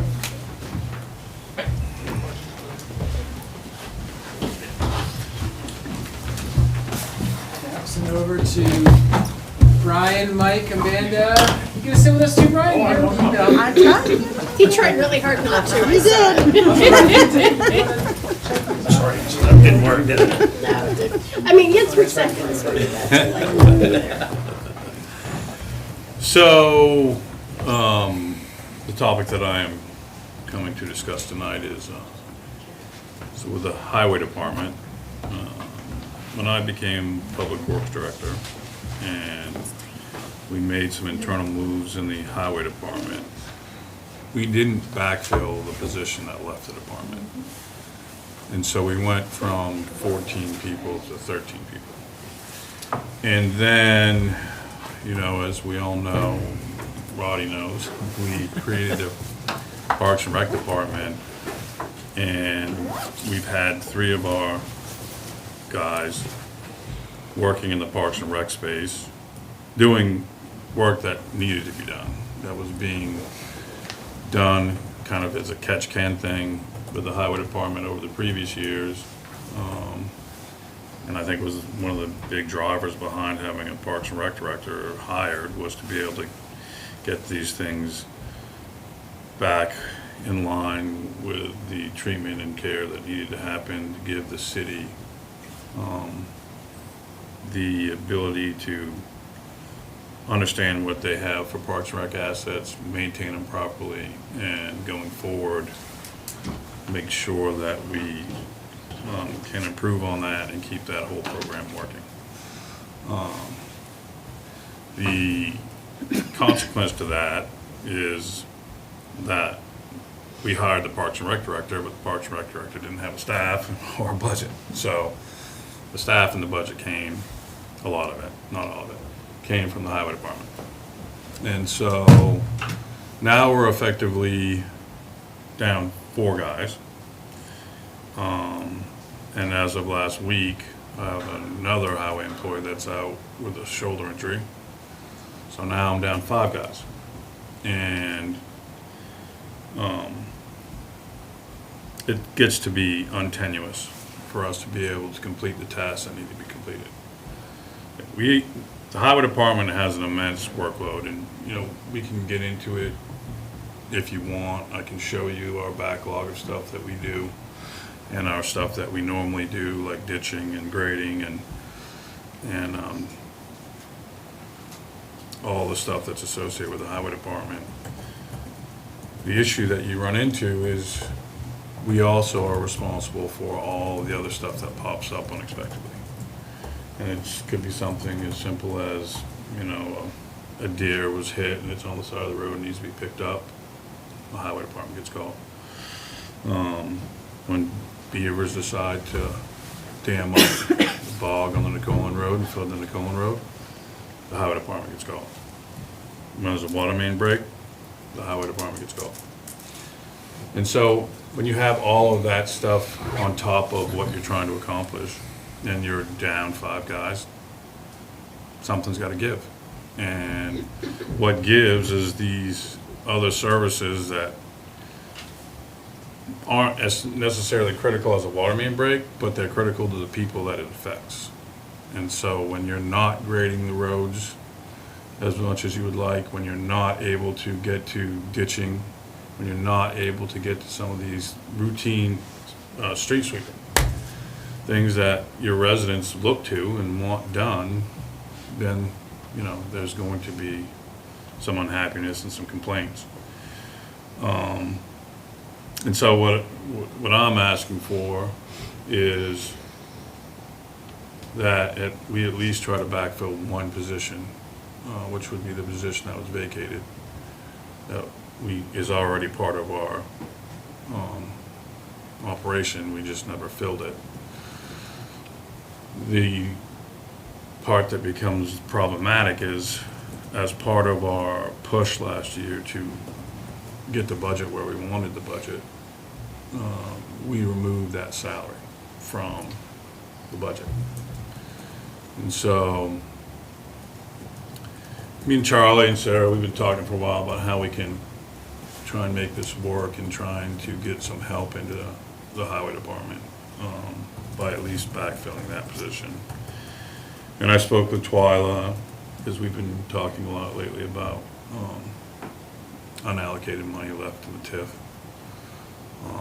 So for us to be able to fund this position for the rest of this fiscal year, you're talking $47,000, between $47,000 and $48,000. And that includes the salary and the fringe that comes with it, the benefits. And so I would like to do that. I'm going to ask the council if we would be allowed to backfill that spot in highway and fund that position for the rest of the year with unallocated TIF funds. I spoke with Twyla today. There is somewhere on the magnitude of $200,000 in the TIF, unallocated TIF left. And so, allocating $48,000 of that would still leave unallocated TIF money to be used elsewhere, but it would allow us to backfill this position that is desperately needed. Yeah, just a couple other notes and maybe plugs is, to Mike's point, we went down -1 last cycle in the whole Public Works Department, and then we pulled 3 into Roddy. It was kind of a temporary measure to start with, like, the Nolan Park's falling apart. It's just so many complaints, slides can't get repaired, weeds aren't being done. Downtown, somebody said we were looking, well, I don't want to say what city, but you're comparing us to a city before I can show my over deals with American back here. You're comparing us to a city that doesn't exactly ring with, oh, this is a nice, cleaner place, and marinas.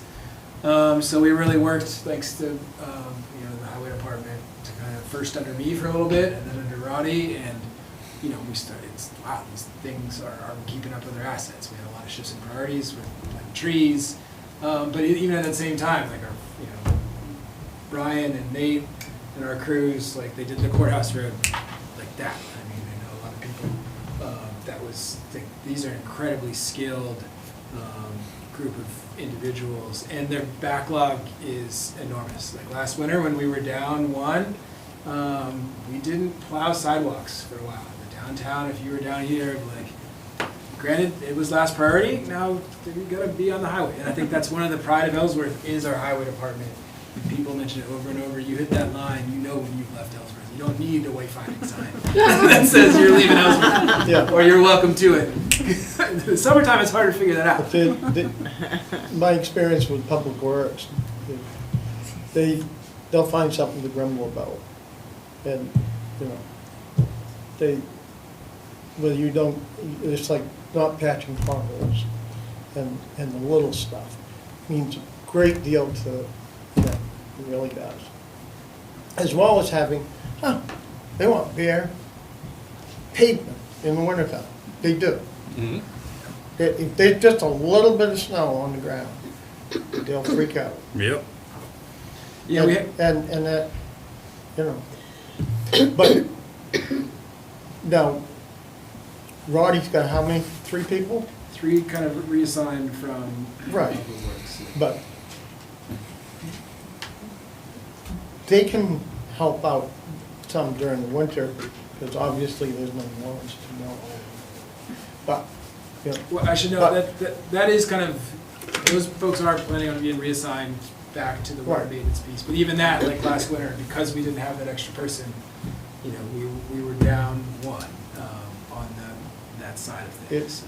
you don't want to be, the last thing you want to do is be shorthanded when it comes to wintertime, taking care. All Yeah, I it takes, mean, all like- it takes is a person to fall down and get hurt. Yeah, so Then you for- got workers' comp issue. Mike fell down outside Mike- his building. Oh, Yeah. He's okay, he's managed. Workers' comp's a ride home for him. But just, for example, tomorrow, we have the storm coming in tomorrow, Yeah, and we don't have enough people.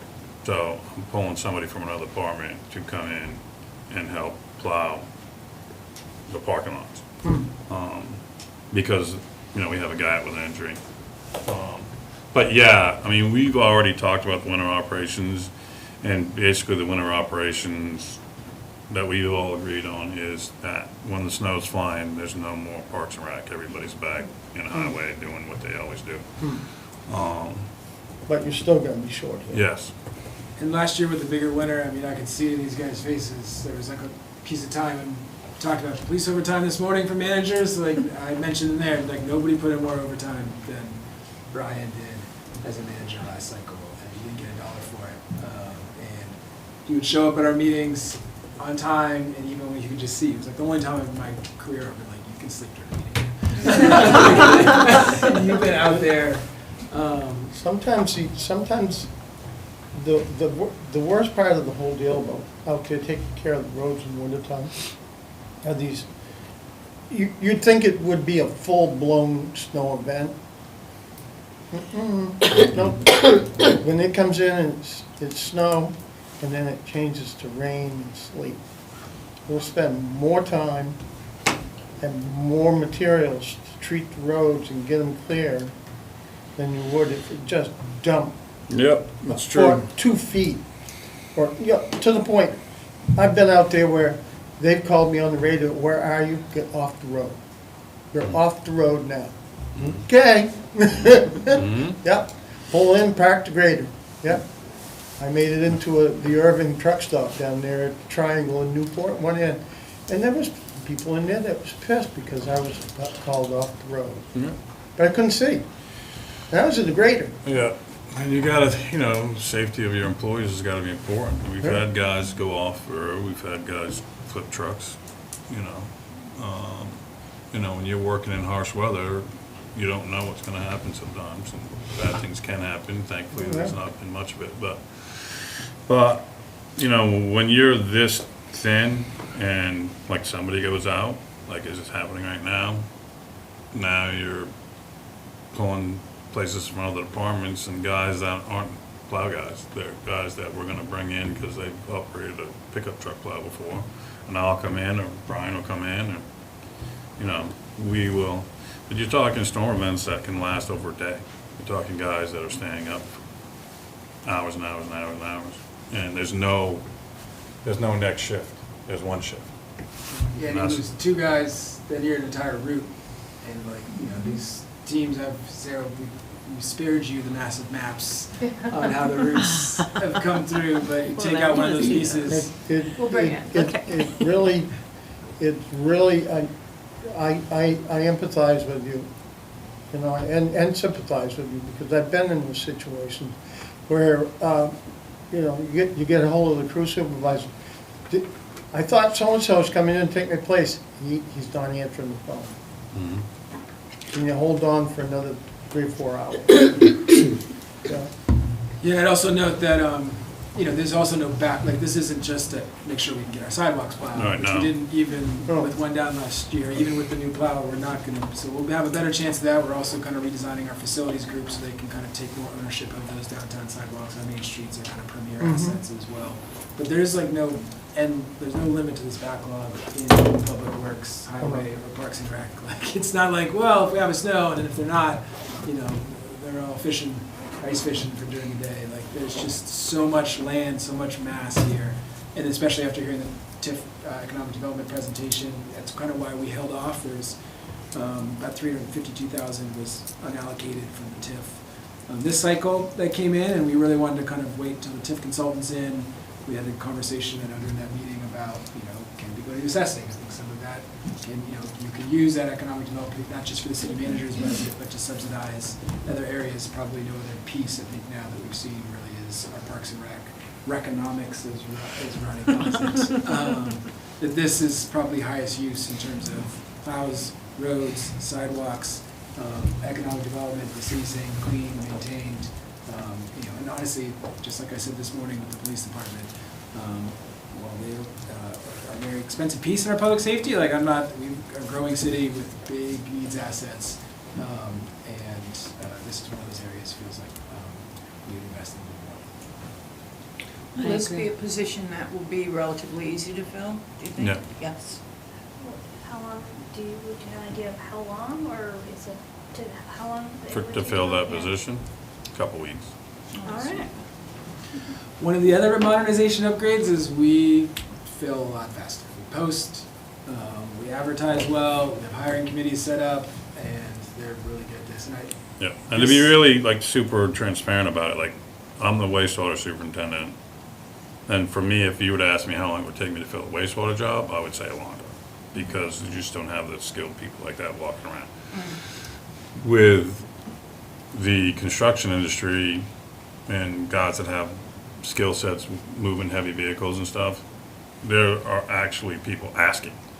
Like, when are you gonna, when are you gonna have a job opening soon? The only issue is you gotta make sure that, I can't stress enough to make sure at least they have a Class C. Oh, 100%. Yeah, they gotta have a CDL. Yep, 100%.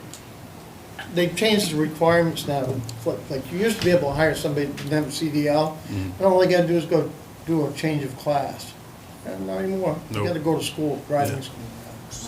And it's expensive. Yeah, it's very expensive. No, we would absolutely 100% hire somebody that Yeah, had the proper licenses and skill set.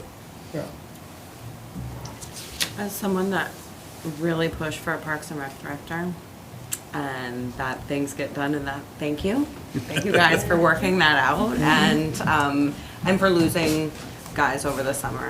I understand how that is, and I really want to support the highway department to grow and to be able to do all of the projects that we need to get done. Yeah.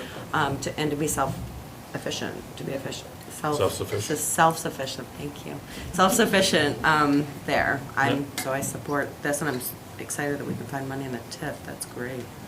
Yeah, and I also note that, just as a big plug to Brian, we promoted him up into foreman.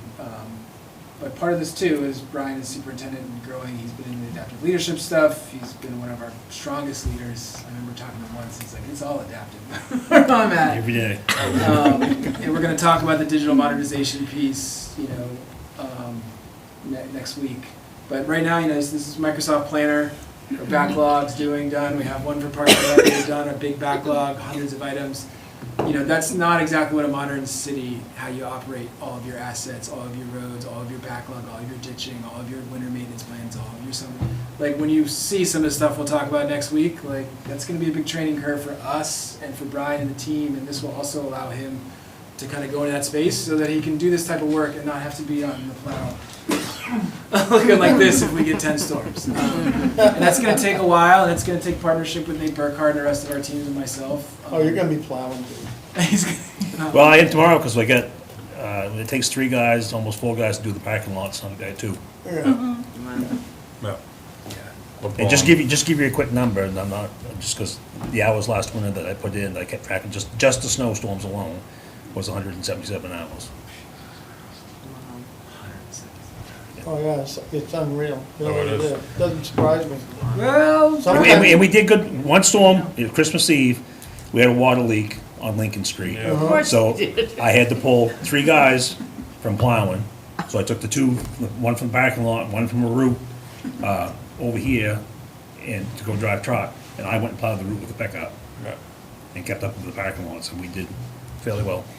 did great. And honestly, the spring, when it was so soggy and wet, to see these guys, water main break, pouring rain, that trench box, they've been really prioritizing safety as well. Take a house fire in the middle of it, too. Yeah.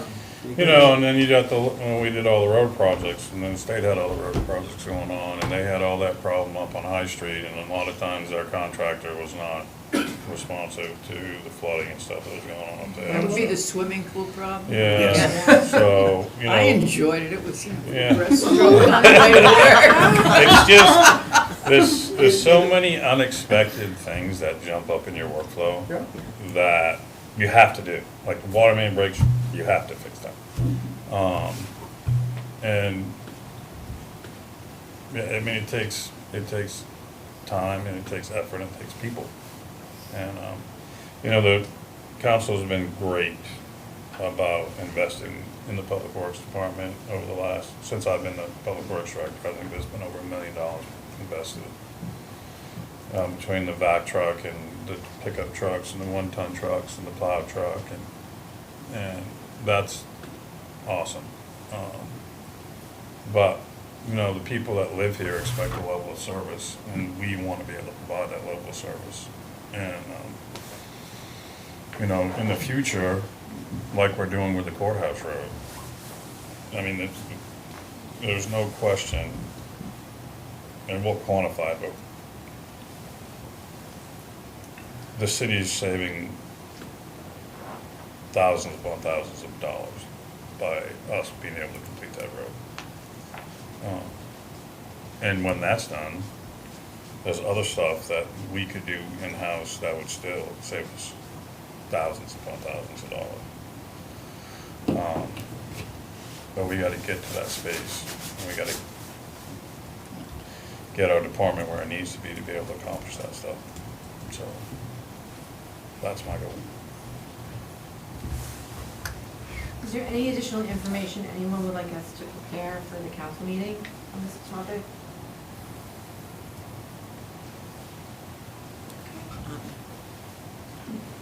I appreciate it. I am kind of concerned about the number of light fleet vehicles that we have,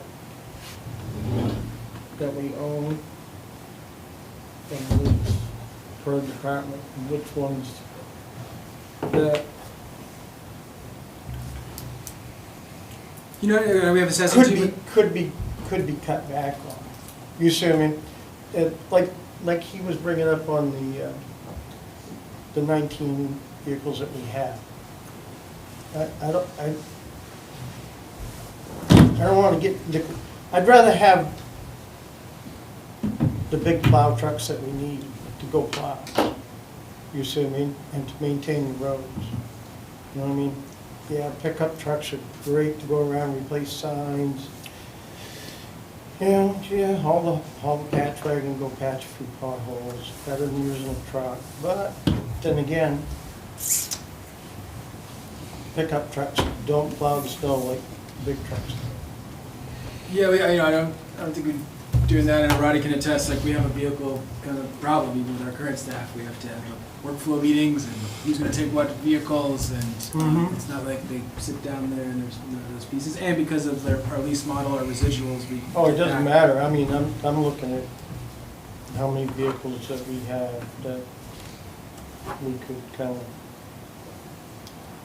that we own. Let me follow up with Enterprise. I'll get back to you on that, Pat. We'll do a little more deep dive there. Anything else before we switch to? Sorry to hold you late, and I hate to prove Steve right on the past 8 o'clock. We're here, let's do the work. Yep. Close. This last one's another important one. As I said before too, we're trying to get a little more aligned to the project management teams and the bigger things that align to the comp plan. Be the city that does the comp, or doesn't do pieces, because we need to stagger at the right time. And then, so trying to give you a little more updates there. But then also, this meeting's about, we're going to have, we just had one that's going to come back in December. If you've got conversations after this, or you wanted to ask Mike and you weren't comfortable here, please feel free to reach out, or it comes out of you later on. I should ask Mike that. Feel free to ping him. So when you come to the council meeting, it's a little less like, why is this the first time we're hearing about this? So we're trying to put more and more of those. And another piece is the assessing kind of business process redesign, which, Thank you. Thank you. Thank you. Appreciate it. Go get some sleep, you're gonna need it. Yeah, I'll get a nap in. I guess First on, Roddy, do you wanna come take Victory lap? our first X? Oh, yeah, this is a big deal. Photo worthy. Golden boy Robbie Wait a gets minute, to let me check get that off. Yay! With a star! Thank you. Ah, you accomplished something. Danielle says this in January, or board cannabis in January, ordinance I think in February, so stage 1 ordinance in February. That's the problem too we have, like, you know, it's like stage 1 of something, the VPI, the Village Partnership, that's gonna be years from now.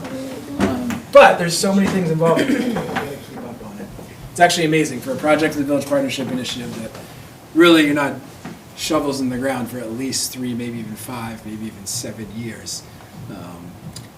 My druthers would be 3, but Let's focus on 3. let's focus on 3. The every single meeting we have about the Village Partnership Initiative, I think they were here recently, right? You guys just did like a walkthrough of things, all the engineering, all the planning, and like, can we become the kind of city that can handle that? You just heard it with Roddy on Danielle or Twyla's lining up $250,000 for potential historic preservation. Wow, we missed it by a little bit. If we had like another 2 months, if we hired Roddy, if budget cycles were on a different piece, if I didn't make him do the YMCA thing first, could he have gotten that? But we're building that kind of team that can do this, that can start saving money. And I think towards the next budget cycles too, we have to, like with this, you know, in order to be cost effective for the city. I know we're on the low end of the rates, but the lived experience areas are going to be, whoa, we're second lowest of the 15 cities and towns, like Crankridge, we can't be there. So I want to talk a little bit about assessing, sorry, go ahead. And I did this with Sarah and Larry, and I have really been, had a fair amount of meetings. I don't think I quite realized like the pressure needs on assessing were in some ways similar to like our budget processes. You know, I was kind of, all right, you know, this is an equation, get us the assessments, they're out. And, you know, I know we've talked about it before, but the first year I was here, it was about 3 or 4 months, we got the budget over the line, and then, oh my gosh, the assessment piece, like we got the bills out after they were already accruing interest, essentially. So we sent hate mail against ourselves to every citizen in Ellsworth when they opened up and said, this bill for my taxes says that I'm already accruing interest. I passed it in. And now we passed some things in council so that technically didn't, and this year, you know, again, we were kind of late. We made some small internal process changes that I was hoping, and I don't think I had enough of a conversation and deep dive into like, and I think in some ways, Larry and myself, it wasn't like, I don't think Larry knew that, hey, here's this growth, and here's how we're kind of falling behind on these pieces, and how do we, you know, not, you know, create a system that can do that. Can we ask for that? And I was like, yeah, we can do these pieces. We, you know, this cycle and there's some other things, like we had, you know, this is a huge amount, this is all, every single like assessment in the city from where it was last year to where it was this year, and how all these things work, every single one of them needs to be, and then there's personal property and business tax exemptions, and I've been meeting with a lot of citizens lately. I've gone to their houses to actually, that have been, you know, had their issues with the valuation change in the waterfront. I've had in-person meetings when I went to the city council to talk about like some of these changes and these valuations, to really kind of figure this out more. You know, we discussed an outsourced model that's, you know, still on the table, that contract piece. But I think, you know, for the time being, I think, you know, kind of permanently table that piece. You know, at that period in time, that might have been something we could have looked towards, but now, like in order to get the tax bills out on time, taking a little more space to be like, what kind of resources do we need now? We're kind of holding on some backfills in the code assessing, the planning office up there to be like, everybody knows this is the place for assessing. This is our big piece, kind of like the budget cycle. We need a budget on time. We need to be accurate. We had a couple of inaccuracies on personal property. We're now had to pay back hundreds of thousands of dollars to the state. So how do we get that best in class assessing in the same way that we're trying to work each of our departments? But to me, it's also for council. I know Tabitha, you and I had like a long conversation. It takes a while to kind of figure out like what's the problem we're trying to solve, and like where. And for me, you know, this is really, I think, one of the big issues, and it's super. What I hate about this the most is people want it to be like a simple solution, like what. And this one is as complicated as you get. When Tabitha's there with this constituent, is like, my property is this, it's this, it can't be, and I just know I'm not gonna be able to give them the answer they wanna hear. And this is why. So, in 2009, and this is why it's so different in Ellsworth right now. In 2009, the city's valued at about $1.05 billion. The total valuation of all waterfront, commercial, non-waterfront, the whole kit and caboodle, $1.1 billion. From 2009 until 2021, Ellsworth goes from 1.1 billion, that might be even a little too generous, to 1.05 billion to 1.1 billion. So, 12-year period of time, this point, that's all the value. And with one assessor and an assistant to them, keeping up with $100 million in valuation over that period of time, different, and there's things changing and there's new growth.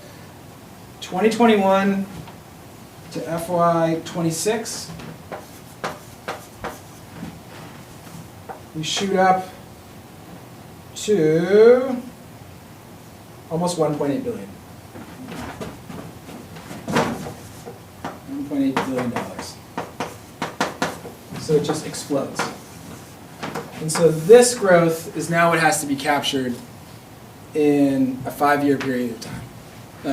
In terms of to keep up with the state's valuation, the state's constantly evaluating the city, and we've got to stay within like 90% thresholds to get our Betty reimbursements, our homestead, tree growth, these other pieces.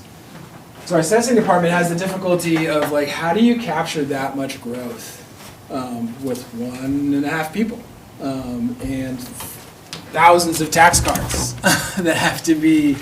Now there's a few ways to do this, and looking back, we could have chosen to spend about $500,000 or $1 million on revaluation, have every single piece come in, and we could still choose to do that if we think. Or you kind of keep up with it year by year, and Larry kind of was doing, I think, like across the board, and correct me if I'm wrong, Larry, you're doing kind of across the board increases. There was FY 24 of 6.6%, 7.5%, and then this year we have a 16.28% increase. And we worked really hard to stay around inflation. Just use your jacket, it's already on there, so yeah. Yeah, we worked really hard to stay with inflation for the budget level this year. So be like, hey, great. I might add. Yeah. The years since COVID, certainly the spike initially that drove people away from the big cities to just away, and a lot of them came here. But I think for a lot of assessors and anywhere outside of the big cities, really, is we're getting we have this big spike of real estate appreciation, but is this going to last? Or how real is this? Are they going to figure out that the properties they're buying aren't worth that? Because it is a seller's market right now. Yeah. It's going on for way too long. The bubble's going to burst. Well, but the thing is, like, where are the sales coming from, right? So we have 3 categories here in Ellsworth. One is the non-waterfront, and that used to have 12.3 million of the city's taxes were all of the non-waterfront properties. Residential in the city of Ellsworth, so non-water. And then the water is what? Actually, it's about 6 million. And then commercial is 7.7. These are not to scale, as you can imagine. So in the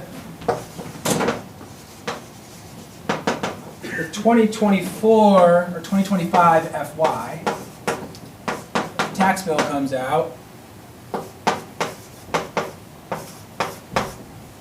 Those are the distributions. We add, around, how much is this? I don't have the exact dollar, but 2025, we tried to stick to inflation about 2.9% to increase out. And if we just did it across the board, everybody gets a 10% increase, or a 5% increase, or a 15% increase. This, it would be the amount of increase in city government spending, which would go to everybody equally. Right? Okay, City Hall spending increased by 5%. My tax bill, whether you live on the waterfront or whether you have commercial property, is increasing by 5%. But that wouldn't necessarily be equitable, to your point, Pat.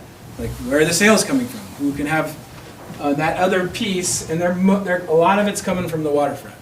So the waterfront increases by 31%. And you can see in these tax cards, it's just across the board. 30.30, 0.30, 0.30, 0.30, 0.30. There's a couple new properties that had even bigger, 100 and some, because it's a new bill. Some other didn't have quite as much as 30. It might have been like a individual piece. So they go to holding 7.4 million. And this only goes, so it's a huge jump. 1.4 million additional goes straight into the waterfront.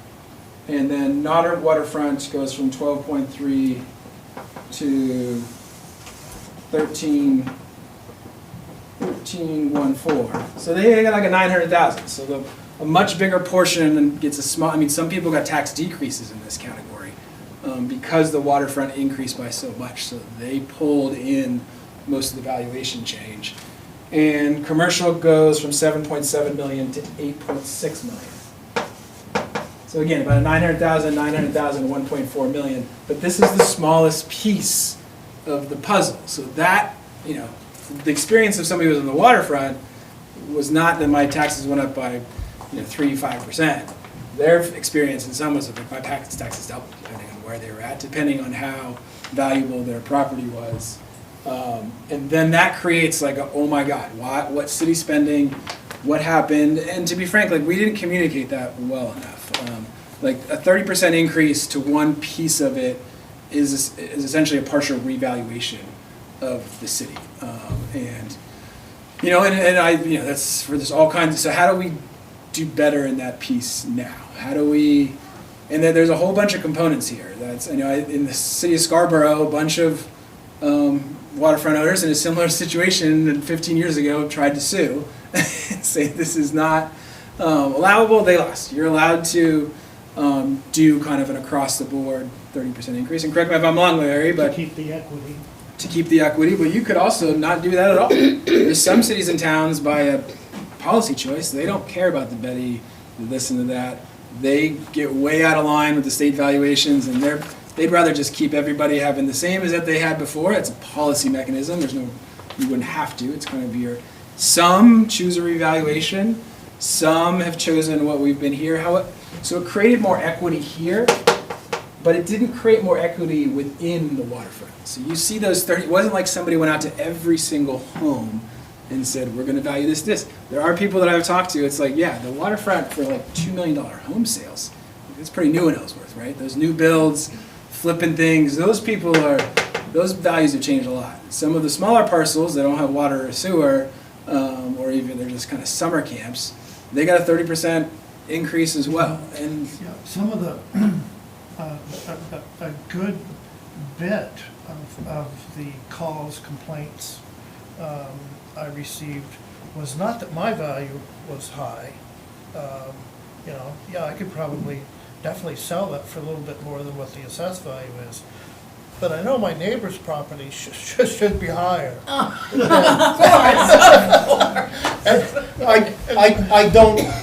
don't dispute that, see, Yeah. because out where my waterfront property is, out on Lower Patton Pond, Yep. I'm in a section where I have no electricity, Yeah. no running water. I get my water from the brook using a generator and an electric pump. And I have to drain everything in the winter because I don't have any way to keep, a heat source going. And it's not accessible. Yeah, I think if I'm not, it was, I believe it was around 2006 or something like that, the city did a reevaluation, and they Yep. hired a firm from out of Massachusetts. It's Vision, this, it's Yeah. the software I have. Yeah, so I got a notice, yeah, I read it, yeah, great, yeah, cool. Open the letter. Holy suffering crap, I can't believe, my camp only has aluminum storm windows on it. No double hung, insulated windows or anything like that. And it took me a bit, I wrote it, they lowered it.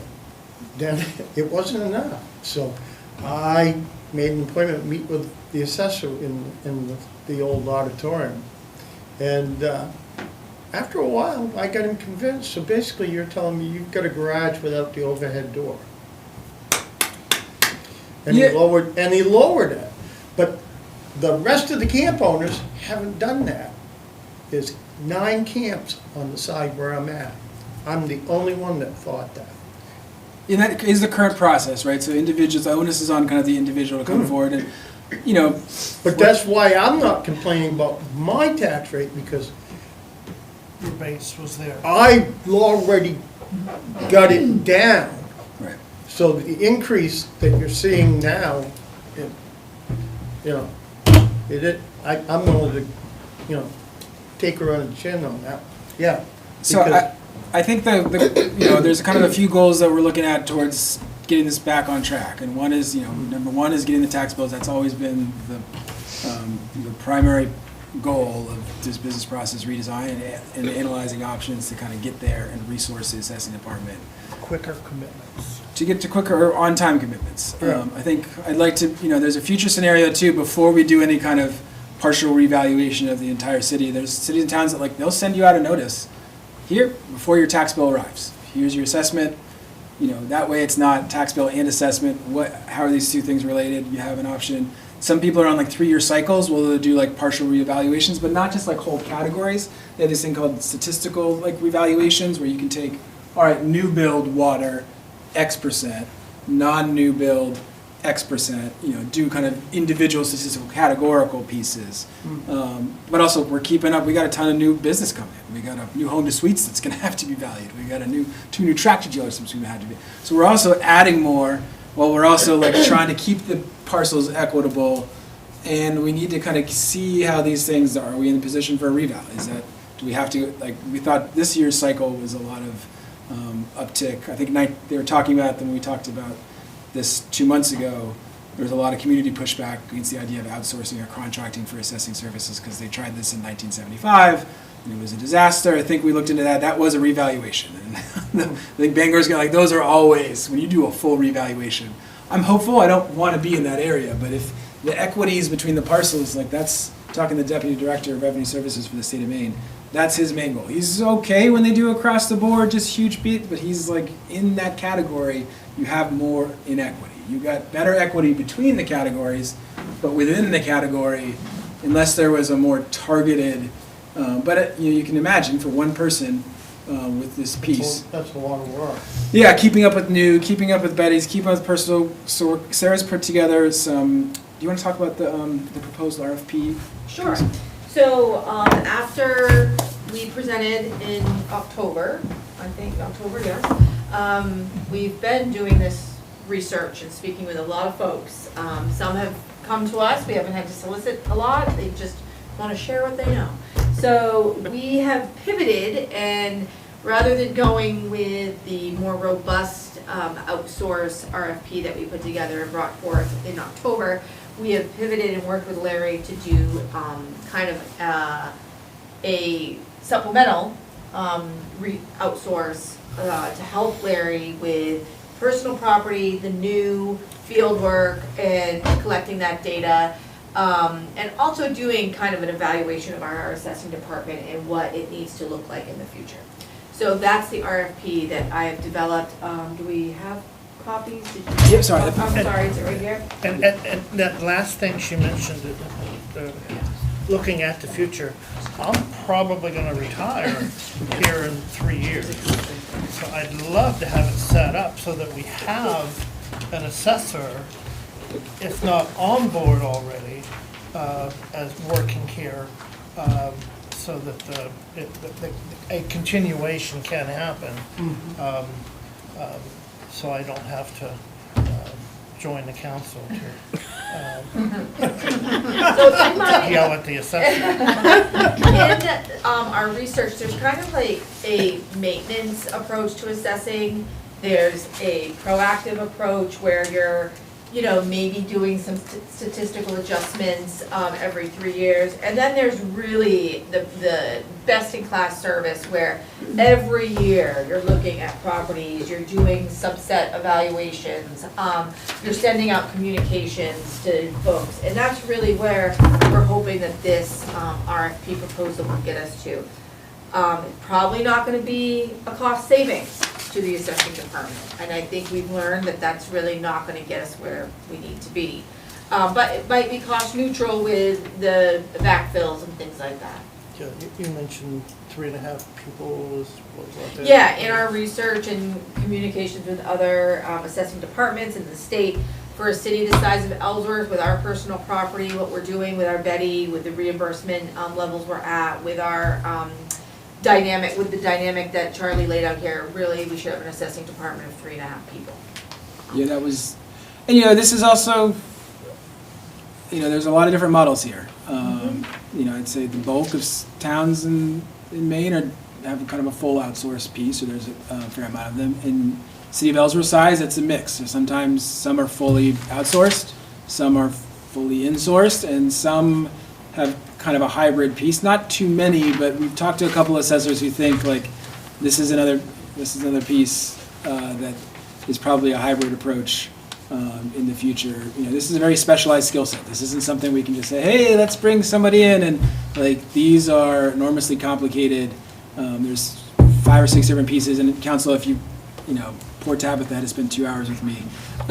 Oh, I learned so much. It was really helpful, really. There's a lot to it, there really is. So, You know, Well, I hate to say this, but it's kind of a good problem to have, or there could be worse problems, which is you have no growth in valuation, and government still grows in value or in cost, and mill knock it, right? So all you can do is crank your mill rate, and businesses look at that and they say, wow.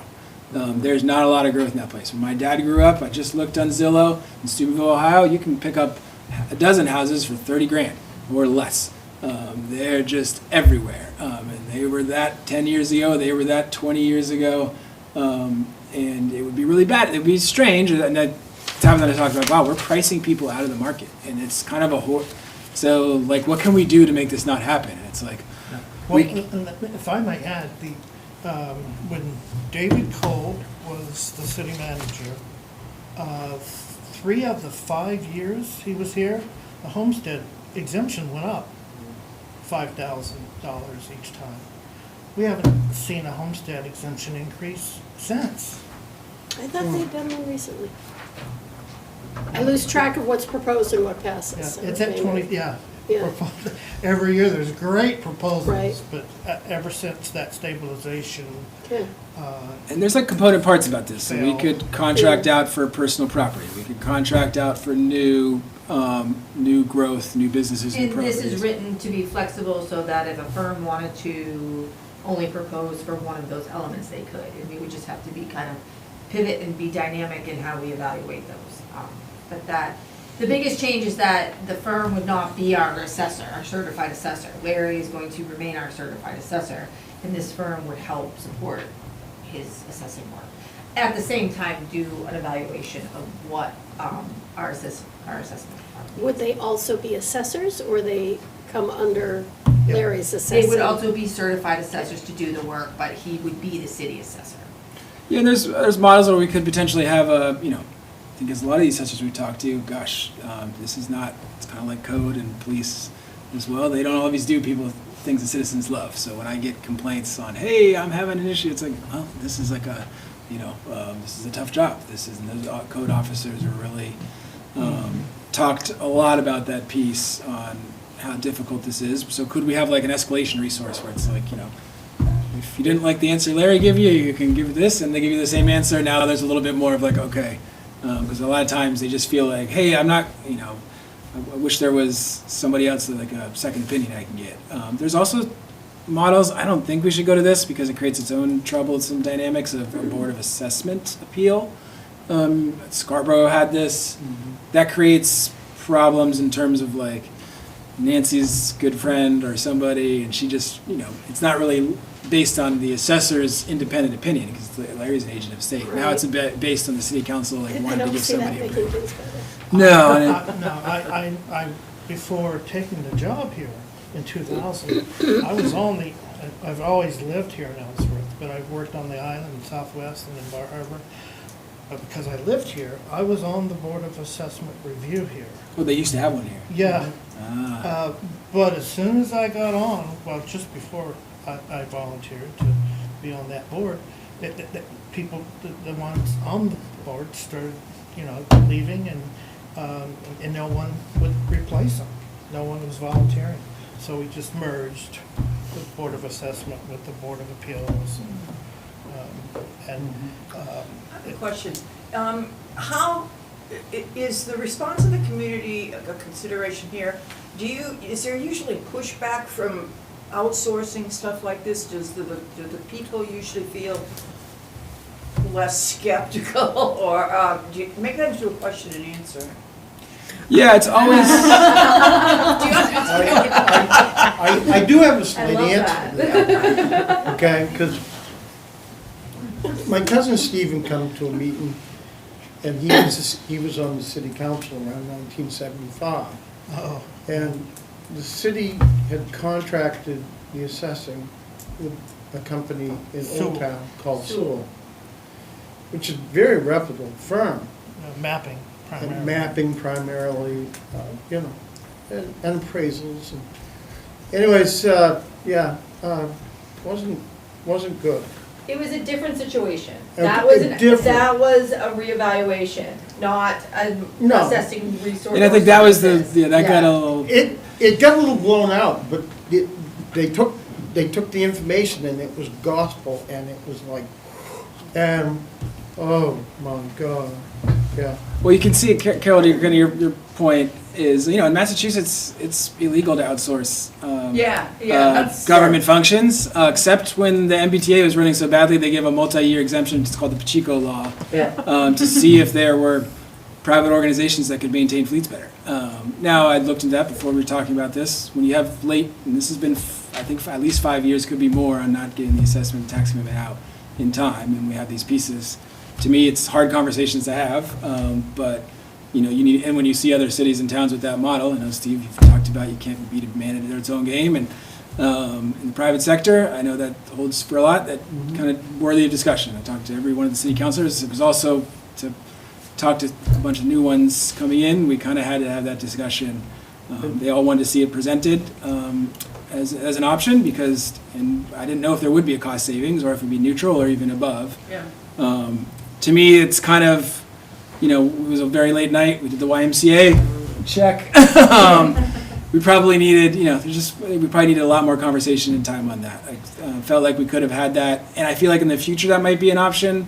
But really, in the near term, in order to get the tax bills out on time, this is going to be a multi-year conversation. For the moment, I think we stick with our kind of current model, plus with some hybrid piece, do a business process redesign, see where we're at, do some more research, and kind of see if in the future this might be where we need to go. But that, like I said, that was just an overview that I learned about and I knew about. Yeah, you saw in the a little bit off in some of the facts, but and again, like the reevaluation that I went through with my waterfront property, there's certain areas had to have reevaluation because of the growth around the waterfronts. That was fine, but outsource it, put it, then basically have to go through and review it. You gotta be due diligent. Right. This is just clarifying because a lot of information is being thrown around. So am I correct in understanding that Larry would have a final say over the assessment with the different assessors who have been outsourced to assist him, correct? Correct. All right, thank you. Yeah, it would be definitely collaborative. I think that was, I think to your point as well, Carol, in similar vein, I think that was with American's story on the tax rates. It was interesting. There was kind of this comment on the end, which I'd say kind of sums up the community piece, which is, hey, this isn't a big cost savings, and like we want local control of our assessments. And some of, And that and the natural New England skepticism about having strangers messing with your affairs. I mean, I don't think anybody's ever going to get to the point where you hear the city open their tax bill and announce joyously, "You guys are doing such a great job." That's not, yeah, But, that's with you on that one, yeah, reality, yeah. yeah. well, there's, I mean, Patrick, Council Line said other things, like, we heard a lot tonight, there's a lot of people that came to citizen comments to complain about not being notified, the assessments changed this piece, and late bills, and it also puts strain on the organization. I mean, we talked to Sue Lassard, who's helping us with our reconciliations, she's the Bucksport town manager, and she said, you know what you really need to do as a process change, is there's a period of time where the clerks cannot take vacation when the tax commitment's coming out, because they're gonna get so inundated. I just started laughing. I was like, I'd have to say like a 2-month period of time. We can't, like, we're going to be able to get there. And citizens, they call the clerk's office like, when's the tax bill? I don't want to be late on that. When's this happen? So it causes stress. So there is this piece, like, we need to get that out. And I'm a little bit more in, like, a lot of these things are just, it's a workload, it's a math. There's an optimal way to do it. There's Governor Baker in Massachusetts told me, like, everything in government is broken all the time. The key is just what's the piece that's most broken, that affects the most amount of customers, that needs to be fixed. This is that one this year. Previous years it was finance, and we've worked really hard across the organization to kind of take it piece by piece, getting, we heard about it in Public Works tonight, modernization pieces. It's just such great mission-driven work. This piece, we're going to get it in a much better shape for this year. And The one big thing to take away here, I think, is we're at roughly 90% assessed value to market value. It's not perfect, but statistically, average is around 90% for everybody now. Mm-hmm. So, and we all realize the real estate market has come down. We're not seeing a 15-20% increase until whatever happens, but so we're not going to see big jumps in value 1 year to the next for probably another 3, 4, 5 years. And what I'm looking at doing is taking a 3-year floating review of the appreciation, knowing that waterfront, we know that waterfront goes up faster than non-waterfront. Mm-hmm. And take that into consideration and make these adjustments on an annual basis, but not a 30% increase after 2 or 3 years. So what is the next step with this? You've got a December 2nd RFP. Yeah, post it to solicit proposals. Okay. Those are due next week, if we post it tomorrow. Review those proposals, and I believe come to the council. So a 1-week turnaround on an RFP like this? I think there's a lot of attention around it. Yeah. It's not, the other one was similar turnaround. Okay. they had some other, we had other people who reached out at the last one, but they've actually gotten back and said, hey, one of the reasons I didn't is just, I felt like I could have a component of this, but wouldn't want to necessarily do the full piece. So you are looking to bring this to the city council for the December meeting to advance it? Okay. If we have successful proposals. Yeah, if we have successful, we could also consider, if we don't, and we really feel like one's on the edge and that's too quick and they'd like more time, I could see maybe going for an extension and we call an emergency meeting or a special meeting shortly thereafter. We'd have to still post the requirements, but we want to have it lined up. Like I said, this is our biggest piece that needs to be optimized. It's sort of the blocking and tackling of good government, sending out your tax bills on time. There are some firms that do personal property and real property together, both. But there's also firms that do only personal property. They don't touch the real property. They're expert specialists in the personal property. And that's the whole 9 yards. They'll do the BAT, send outs and tracking that and everything personal property. All I have to do is sign and say, yep, let's commit. but there are some that do both. Yeah, okay. And, you know, things got lost in the wayside last meeting too, like, you know, even if we get a proposal together, you know, and we were looking to move forward on one of these things, it would be upon contract and modification of it to meet our kind of needs. I think we want to, you know, we want to keep that option open. We're gonna have to dial this in. And we're still gonna get Larry, help for him to bring somebody on board to train up. Yeah. Not that I'm saying Well, you're that's a- Superman, but your cape is starting to go I away. think that's part of the business redesign, rather than just hiring someone to be, you know, Larry's eventual replacement upon retirement, is what does the assessing department need? So that's part of this proposal. Yeah. So I don't think we're hiring just like a full, like, No. here's No, Larry's predecessor. I think that's, you know, the previous proposal was kind of like, let's, you know, similar to what Orno does, an outsource model with a little bit of in-house support, and, you know, the contract has them do this piece by this time, and that's the piece. Now we're going to be doing a little bit of a hybrid model of our assessor, you know, and plus some additional contract options, maybe even plus, you know, some staffing help in the near term, but then to Sarah's point, really take the time to have a business process redesign to say, like, what is the future of this? That could be a contract model, that could be kind of a hybrid model. I'm currently leaning towards more of a hybrid model. We'd also have to have union That's conversations. gonna take some time to evaluate. It'll take a lot of time to evaluate. And that's what I'm kind of wondering about, because, you know, word gets out, and I'm gonna have a whole bunch of people blowing my phone. Yeah. Not Gordon, It's not just Gordon, there's a whole bunch of them out there. It's I like, mean, we did do our due diligence to try to reach each and every person that spoke at the meeting to talk to them about it. So I called everyone Yeah. individually. yeah. Yeah, and I've been at many of Pearson's house, and yeah, it's been an interesting learning experience Well, on these you know, ones. like I said, I'm not bashful about talking to people.